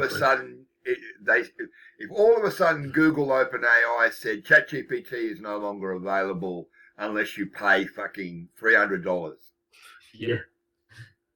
What do you think people would do? Yeah. Well, I think it's all the people who are trying to build up, you know, it's what I'm seeing, because I don't use it for any questions about life or anything like that. I don't see the point, you know, for me. But it's more like fixing this amplifier, right? It's like I tried to fix, you know, these holes of these chips on it, because basically I blew up my amp by accident. And, you know, it helped find the best places to get the new chips, and then, you know, what companies would be best in your local area, things like that. So that's where it's helpful for me, sort of things. So the difficulty would be, things take a bit longer, but it's not really that much longer in many cases. So, but yeah, it's really important to know, you know, how we're using something and what we're, you know, because you can easily remove the personality out of what you do. You know, like getting it to help me do a landing page for my CD funnel. You know, what we're talking is more about structure, which, you know, in a way, you know, that structure's come from many different people who have programmed it, you know, or what it thinks is the best based on many different people. But who are those people? You know, who suggest that the best way to have a landing page is this way? You know what I mean? So I think that the struggle is when you give something all the power and then you lose your own autonomy in it. You know, that would be where the struggle with humanity is, and where is that line? You know, there are too many people today that are completely codependent on AI. And I believe that the more you are aligned to AI's mimicry, its mimetic mirroring, its recursion loops, what I call recursion coma, transference coma, if you like, the more you are disconnected from your own biorhythms, your own biofield. And that makes you harvestable. That makes your soul overlay easy pickings. You know? Because it's about what you're, it's about, because it's the energy, isn't it, really? That's what we're talking about, the energy, and the energy of that consciousness. It's the same as, like, you go on Facebook, even just going on Facebook, you're connecting with that organisation to a small degree, maybe, but then it's about what you're connecting to when you're on there. It's the same as what companies you support, and I've tried to tell people that, you know, with the food, for instance, it's not just that you're eating organic, it's the point of, do they care? Do the people care? Do the people care? Food, you know, exactly. Like that. And so that's the concern, is that, you know, where is the programming coming from with the AI? Because you're then connecting to that sort of frequency. I mean, I'm hoping to self-host mine soon, which would be really good, because it means that it's the whole ecosystem is not influenced by the outside unless I ask it to. and that way everything that's contained in there is contained. Like all of what I share is not shared outside of my own ecosystem. So I can receive information from outside. I can get it to search Google, for information on a particular topic, but those companies who are behind, ChatGPT or whoever, they can't see what I'm typing. Basically, they can't harvest my data. So that's what I'd like to create at some point. But what you're talking about is creating your own API keys, right? Which is essentially the architecture of the coding required, whether you're using Python or whether you're using, other diffusion coding systems or whatever, to create, right, your own personalized engine for the output of tasks that are important to you and you alone. Right? That's right. And apparently it's better like that, because the thing is I've noticed it keeps forgetting things, that I'm asking, because it can't remember over a certain amount of time as well. So, but much better to have I mean, you probably can if you tell it to remember stuff, but it's much better to have your own ecosystem for, self-hosted in your own, because yours is sovereign, if you know what I mean. Yeah, the question you ask is, well, let me ask you this question. Do you have a paid version of ChatGPT, or are you using the free version? No, it's 20 a month. And the reason for that is because if I was just doing normal stuff, I'd be alright. Like if I was just asking a couple of questions about this or that. But the problem is, we're talking reels and reels of code, So I'm like, here's the code for this, could you help me? There's a problem here, this isn't showing up right. What is the issue with that? So I have to send a whole massive reel of code, and then it'd be like, there's the line, that's where the... Okay, so it identifies the anomalies that exist within the code. Okay, cool. Yeah, or I'll say I want to put this in there, or I'll say what I'm going to do with the Nextcloud talk thing, I mean, there's two things with that. A few months ago, I changed the whole system of the server, and so I've not done the changes that I needed to make calls and stuff work on Nextcloud. So it's just, me, busy guy, too many things going on. But what I noticed, when you send audios, like, because they still work sending an audio, if you rotate the phone, the audio stops. Because it thinks, I don't know why, but the rotation stops it. And if you come off the internet, it won't send it. So whereas WhatsApp, if you have no signal, you can still send an audio and send it.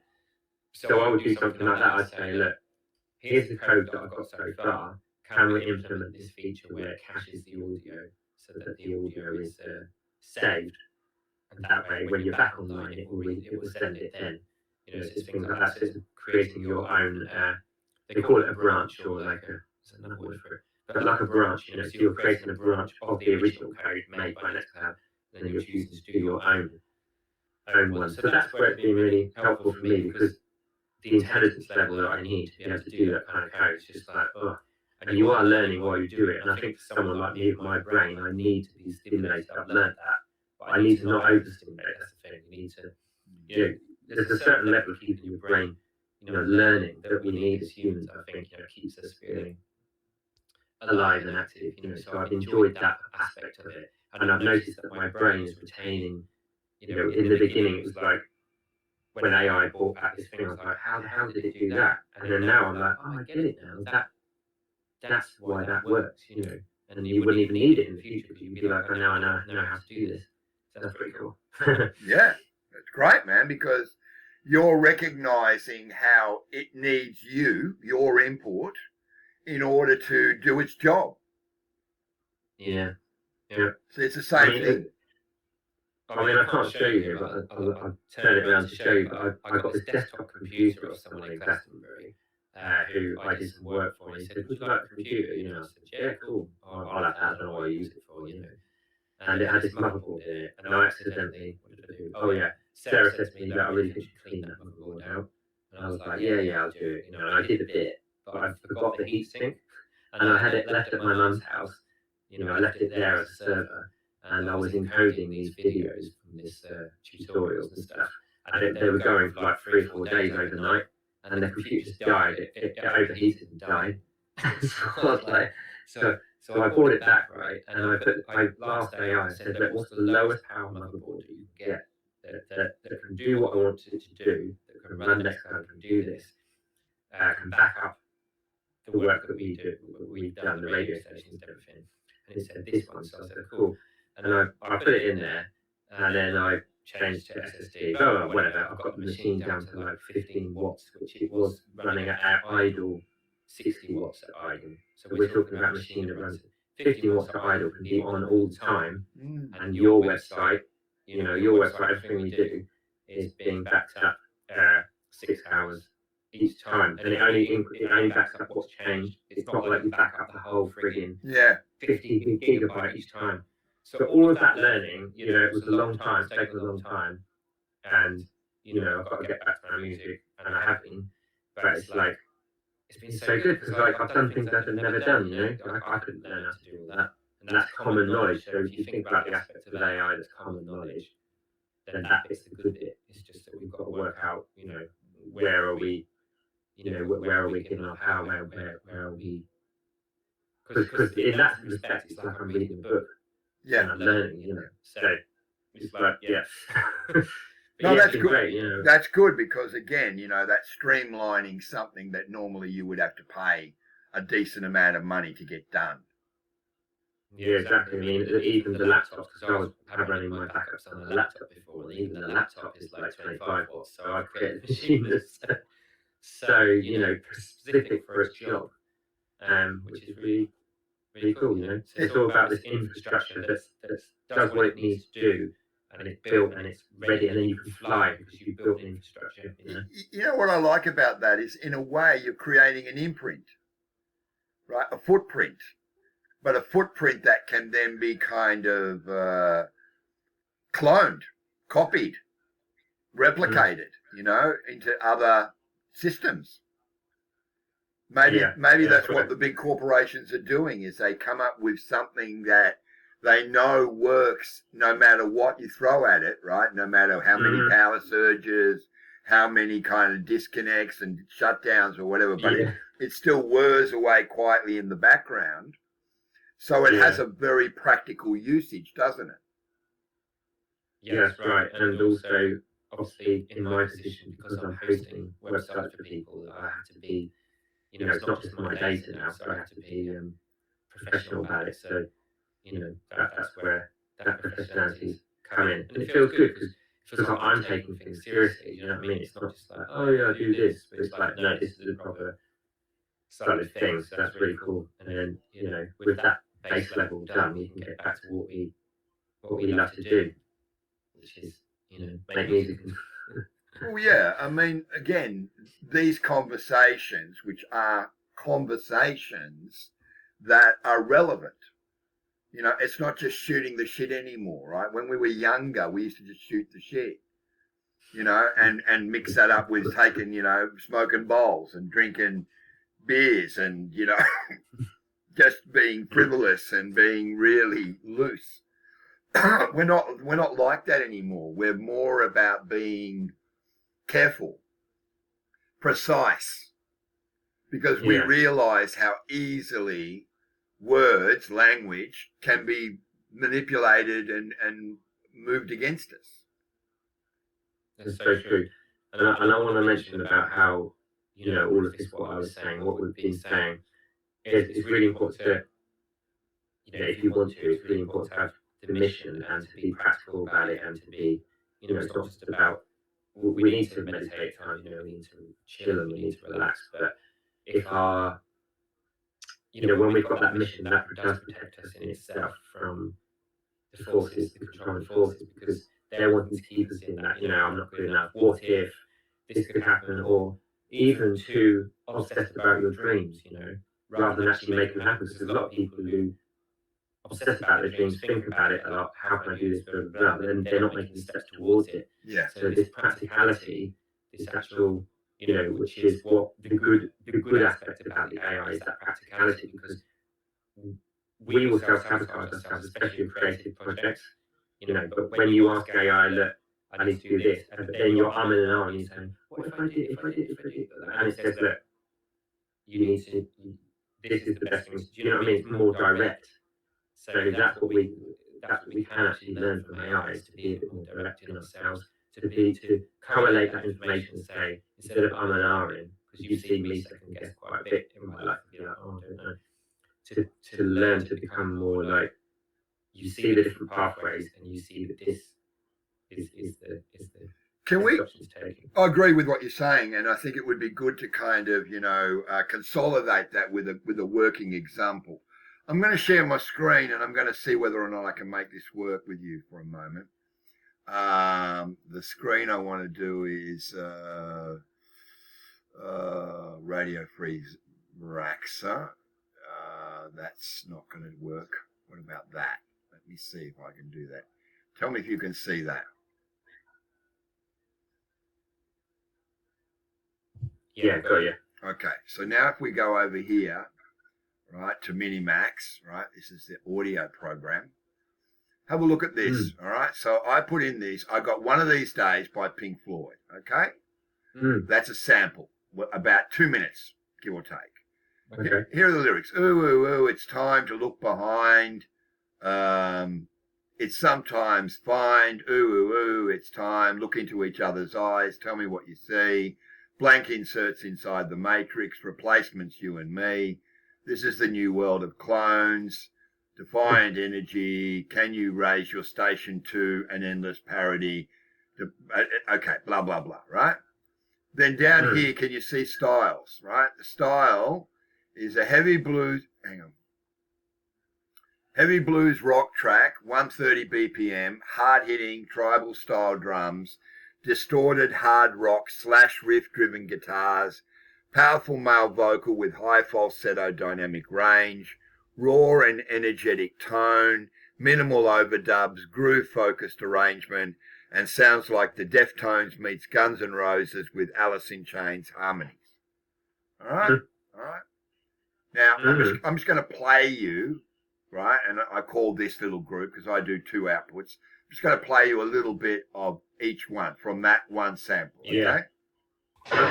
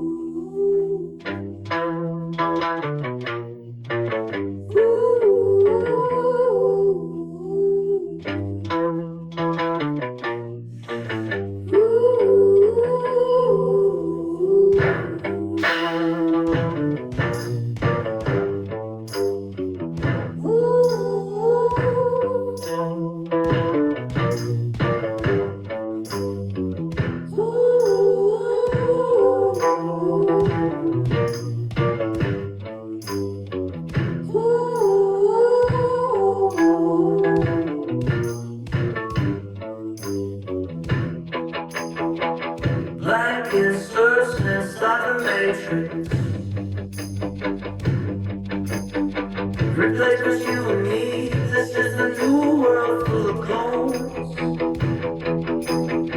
Defiant energy. Can you raise the station to an endless parody? Defiant energy. Can you raise the station to an endless parody? Defiant energy. Can you raise the station to an endless parody? This is Desdemona. Still I question, always losing time. Time is standing still. This reflects the broken dream. So you get the general idea, right? Now listen to the second one.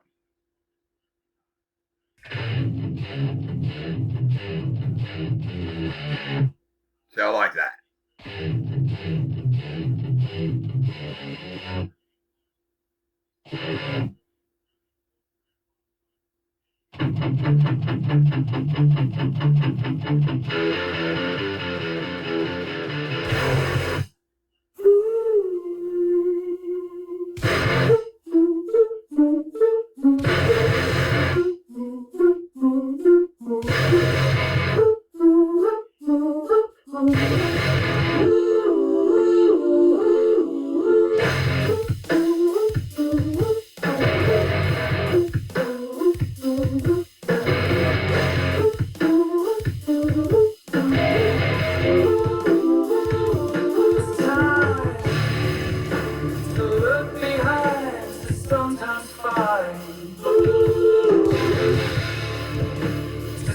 caught fire.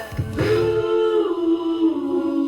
it's time. Look into each other's eyes. Tell me what you see. It's inside the matrix replacements. You and me. This is the new world full of clones. Defiant energy. Can you raise the station to an endless parody? Defiant energy. Can you raise the station to an endless parody?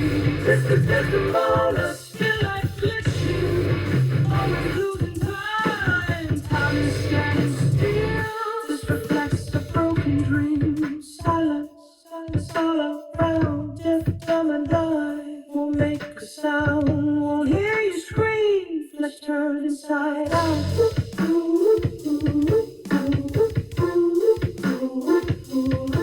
Another world collides.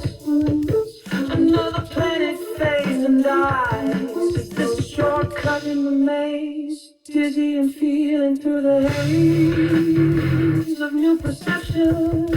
The wrong direction. New perception. This wrong direction. Wrong direction. That we're learning it takes to turn it. Silence all around. Let's turn inside out. Away from what's been real this time. It's pretty bloody incredible, man, really. That one's good, yeah. That was pretty good considering, you know. So the thing is that if you get in there and you put your own deep kind of thoughts into stuff, you can get it, because that's free, right? That doesn't cost you any money to do that, right? Yeah. Because they're in beta testing. They're saying, look, we are going to give you an opportunity to create 150 songs, and then we're going to stop you. We're gonna slow down your pipeline or whatever.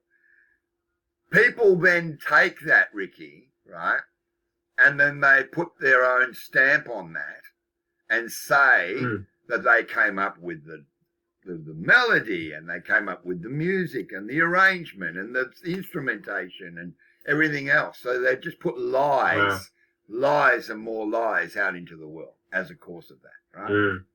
Now, there are so many different variations. It's just that I don't want to spend our precious time going through that kind of thing. But I wanted to make the point, right?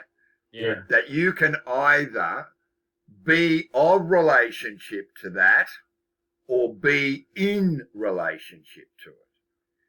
And what I do is I then take that, use a stem separator, separate all of the instruments, dump the vocal, right, and then take that instrumentation and build my own musicality around it, play overdubs, guitar solos, or whatever, you know. But if you want, if you want, you can say in the prompt, oh, I want an ear-splitting Randy Rhoads guitar solo straight out of Ozzy Osbourne's, you know, Diary of a Madman, and you'll get one. But that's where the buck stops, doesn't it? Really, it's pretty crazy, really. But I suppose with all this power at your fingertips, and you know, people to be able to just instantly do something, then that's okay if people want to do that. But what it shows is that it would be really good if there was another group of people who had even more authenticity, even more, you know, even more depth in what they do when it's real non-AI music, you know. And the problem that exists here, or pre-exists, it's a presupposition, is now it's setting standards, right? Oh, if my vocal doesn't have this incredible soaring ability and this ability to drop down into low peaks and high troughs and all that, then I'm not creating good music anymore. Yeah, people comparing themselves to the AI kind of. Exactly. And you see where I mean, where it goes, you lose the humanness again. Yeah, I mean, if you listen to some of these, I mean, you know, I've got many recordings of, if anyone's, you know, it's as if they grew up in the 70s. It's me. But you know, even the famous bands, like, you know, having recordings of Pink Floyd doing Medal, but with saxophones and backing singers as if it's Dark Side of the Moon. I've never heard that before. But anyway, yeah, there's so many bands, and you know, the bands from Scandinavia, especially, like the way they had their own authentic, unique thing. Because, you know, I love America and everything, but you could almost say that, like, the way America affected the world is like the way AI has sort of like made everything kind of like in this kind of box of this is the perfect kind of sound, you know, this is the perfect kind of thing. And what you find, you know, the imperfections, as we know, we know this about ourselves, and what you call the imperfections ends up becoming like the thing that our soul is kind of laughing about in a good way, because we're going, that bit of me that does that, you know, that little bit that's, you know, you say isn't perfect, but this is what makes it so beautiful. So let's always remember that, you know, this is the mystery and the magic, and they're things that we can't control. Like when I went up to the tour, and, you know, I just played, and then all these women come in, and then they start singing not my song, I started singing her song, sorry, this time. So this lady started the song, and then I started playing along, and then everyone all came in, and we were all singing this lady's song and honouring her song, and then they were all singing to Pearl, you know. So this type of magic, this serendipity, this what you get when you go busking, or when you know, you don't plan things. You know, that's something that you could almost do a film about in this age. You could do a film about how, you know, you were off the beaten track, you were not following the herd, and this magical thing started happening in your life, and it wasn't prescribed like AI. It wasn't the perfect thing. And I think I like that. I love it too. I think it's great, man, because it shows again another missing cog in the wheel of life. And I keep coming back to this with you, because you're in Glastonbury, right? You're in the snake pit as far as I'm concerned. So for you to survive, and you and Sarah to survive, and now you, Sarah, and Pearl to survive in the snake pit, right? This really dark space is a huge testament to your resilience and your courage as a human being.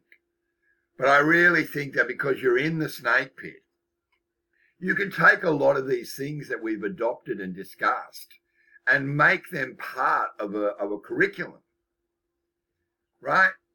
Say to an individual, whether it's the guy who plays part-time drums for you or bass with you or whatever, can you identify a missing cog in the very core of your DNA, in the way, the very core of your functional nature? Because if you can, we can address it. Allowing people to point out their own misgivings, their own misfortune, and their own disconnects. And not judge them for it, but simply say, let me help you to plug that up, and not just put a Band-Aid on it, you know? Yeah, exactly. Don't be a weekend warrior, man. Be committed to a practice that benefits you, that allows you to transmute all of that corrupted parts of you, all that toxicity that you've drawn around you, and heal it permanently. Yeah, and also I would like to say, you know, let it become medicine, you know, because that's the point. We've been talking here about the imperfection, that everything is medicine, and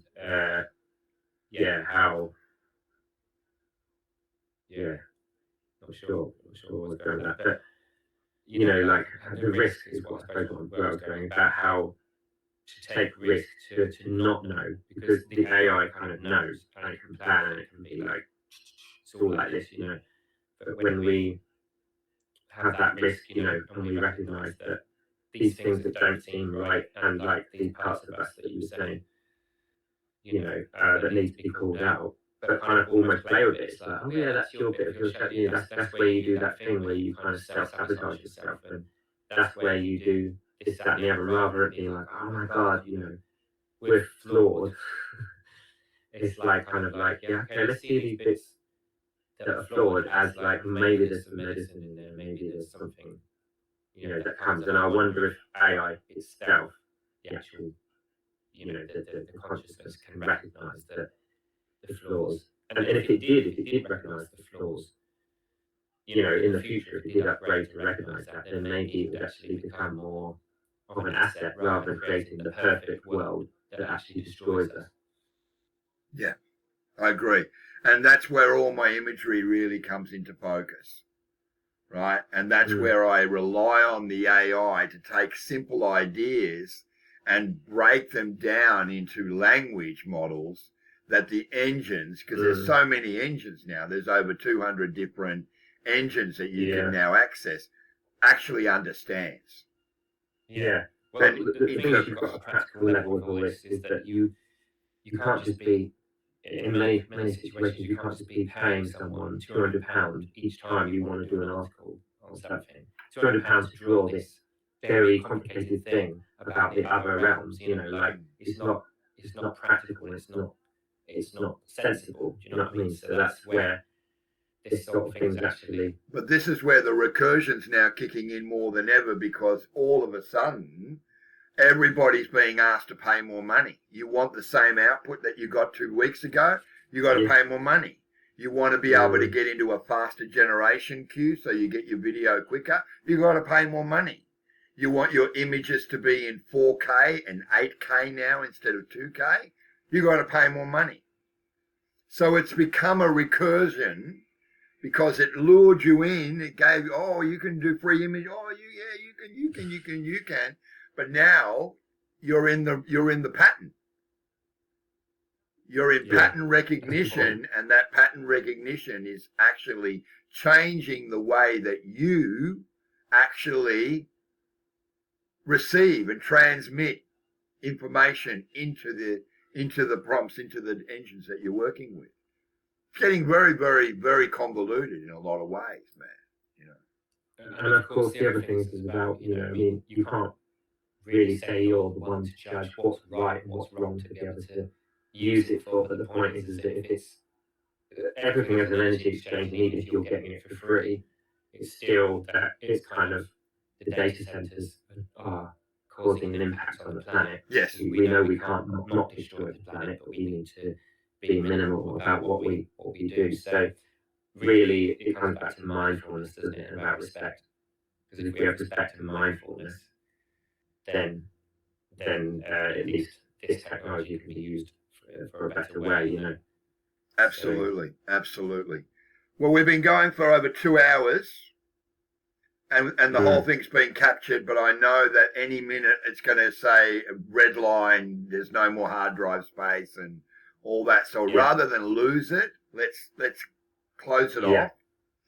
And what we'll do is I'll process it, I'll upload it to my mega server, and I'll send it to you, and then you and Sarah can re-watch it, because it's clear, it's beautiful and clear, it's come up really well. And you've been in perfect screen and vice versa. But I think you'll find that the interaction, the engagement has been very diverse. We've had a great deal of biodiversity in the way we've approached the conversation. And there'll be real pearls, you know, using that your daughter as a great kind of metaphor here. There'll be real pearls of wisdom in there that I hope you can extract and then use those as little kind of short snippets to kind of, you know, flavor the different websites that you still frequent. Yeah, thank you.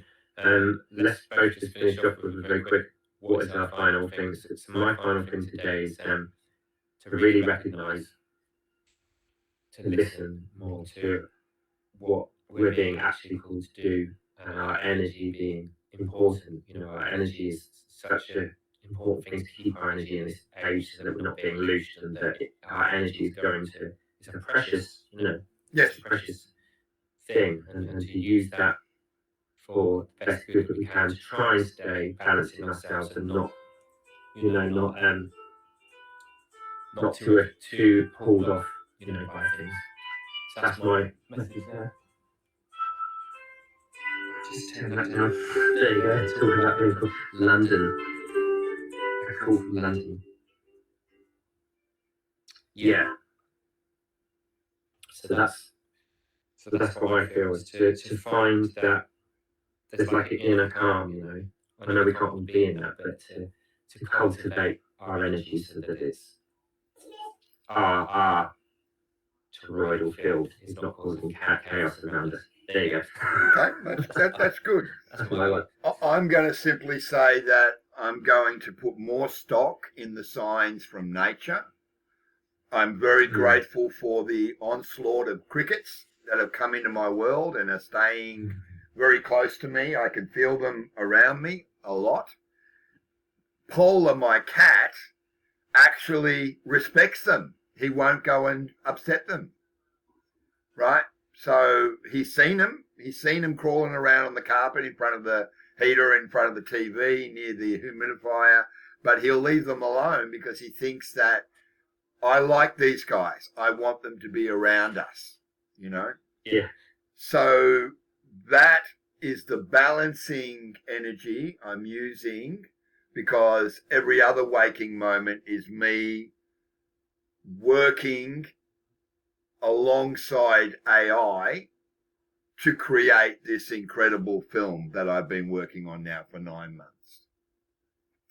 And that is coming to a point now where I've got what you would call mentors, right? These are people who know how to crowdfund. They've raised millions of dollars on Kickstarter and all that. And they've all come back and said, we think what you're doing is really ultra important. Yeah, so good. Okay, so that's where I'm going to leave it, and to allow and acknowledge the fact that the world that we thought we were living in, it doesn't exist at all, and so our emotions are being redefined. The language we use to define the very essence of who we are and our beingness is being redefined and recalibrated. Our relationships are being redefined and recalibrated. And our passions are being redefined and recalibrated. So to recognize what that now presents itself as is the way the future can be brought into the now and then projected by being present there. Thank you. Thank you. It's been great, man. I can't wait to see how it all processes up, and let's get it out there. And next time we'll discuss other practical things like, you know, the app for iOS. You know, I'm keen to see what you do with Nextcloud in the way to kind of make it more accessible from your point of view. You know, their conversations that should be had, and please keep creating great music, man. That's absolutely key. Yeah. Oh, awesome. Well, give my love to Sarah. If you're not there, Sarah, I'm just sending my love to you, darling. Oh, she's just. She says something.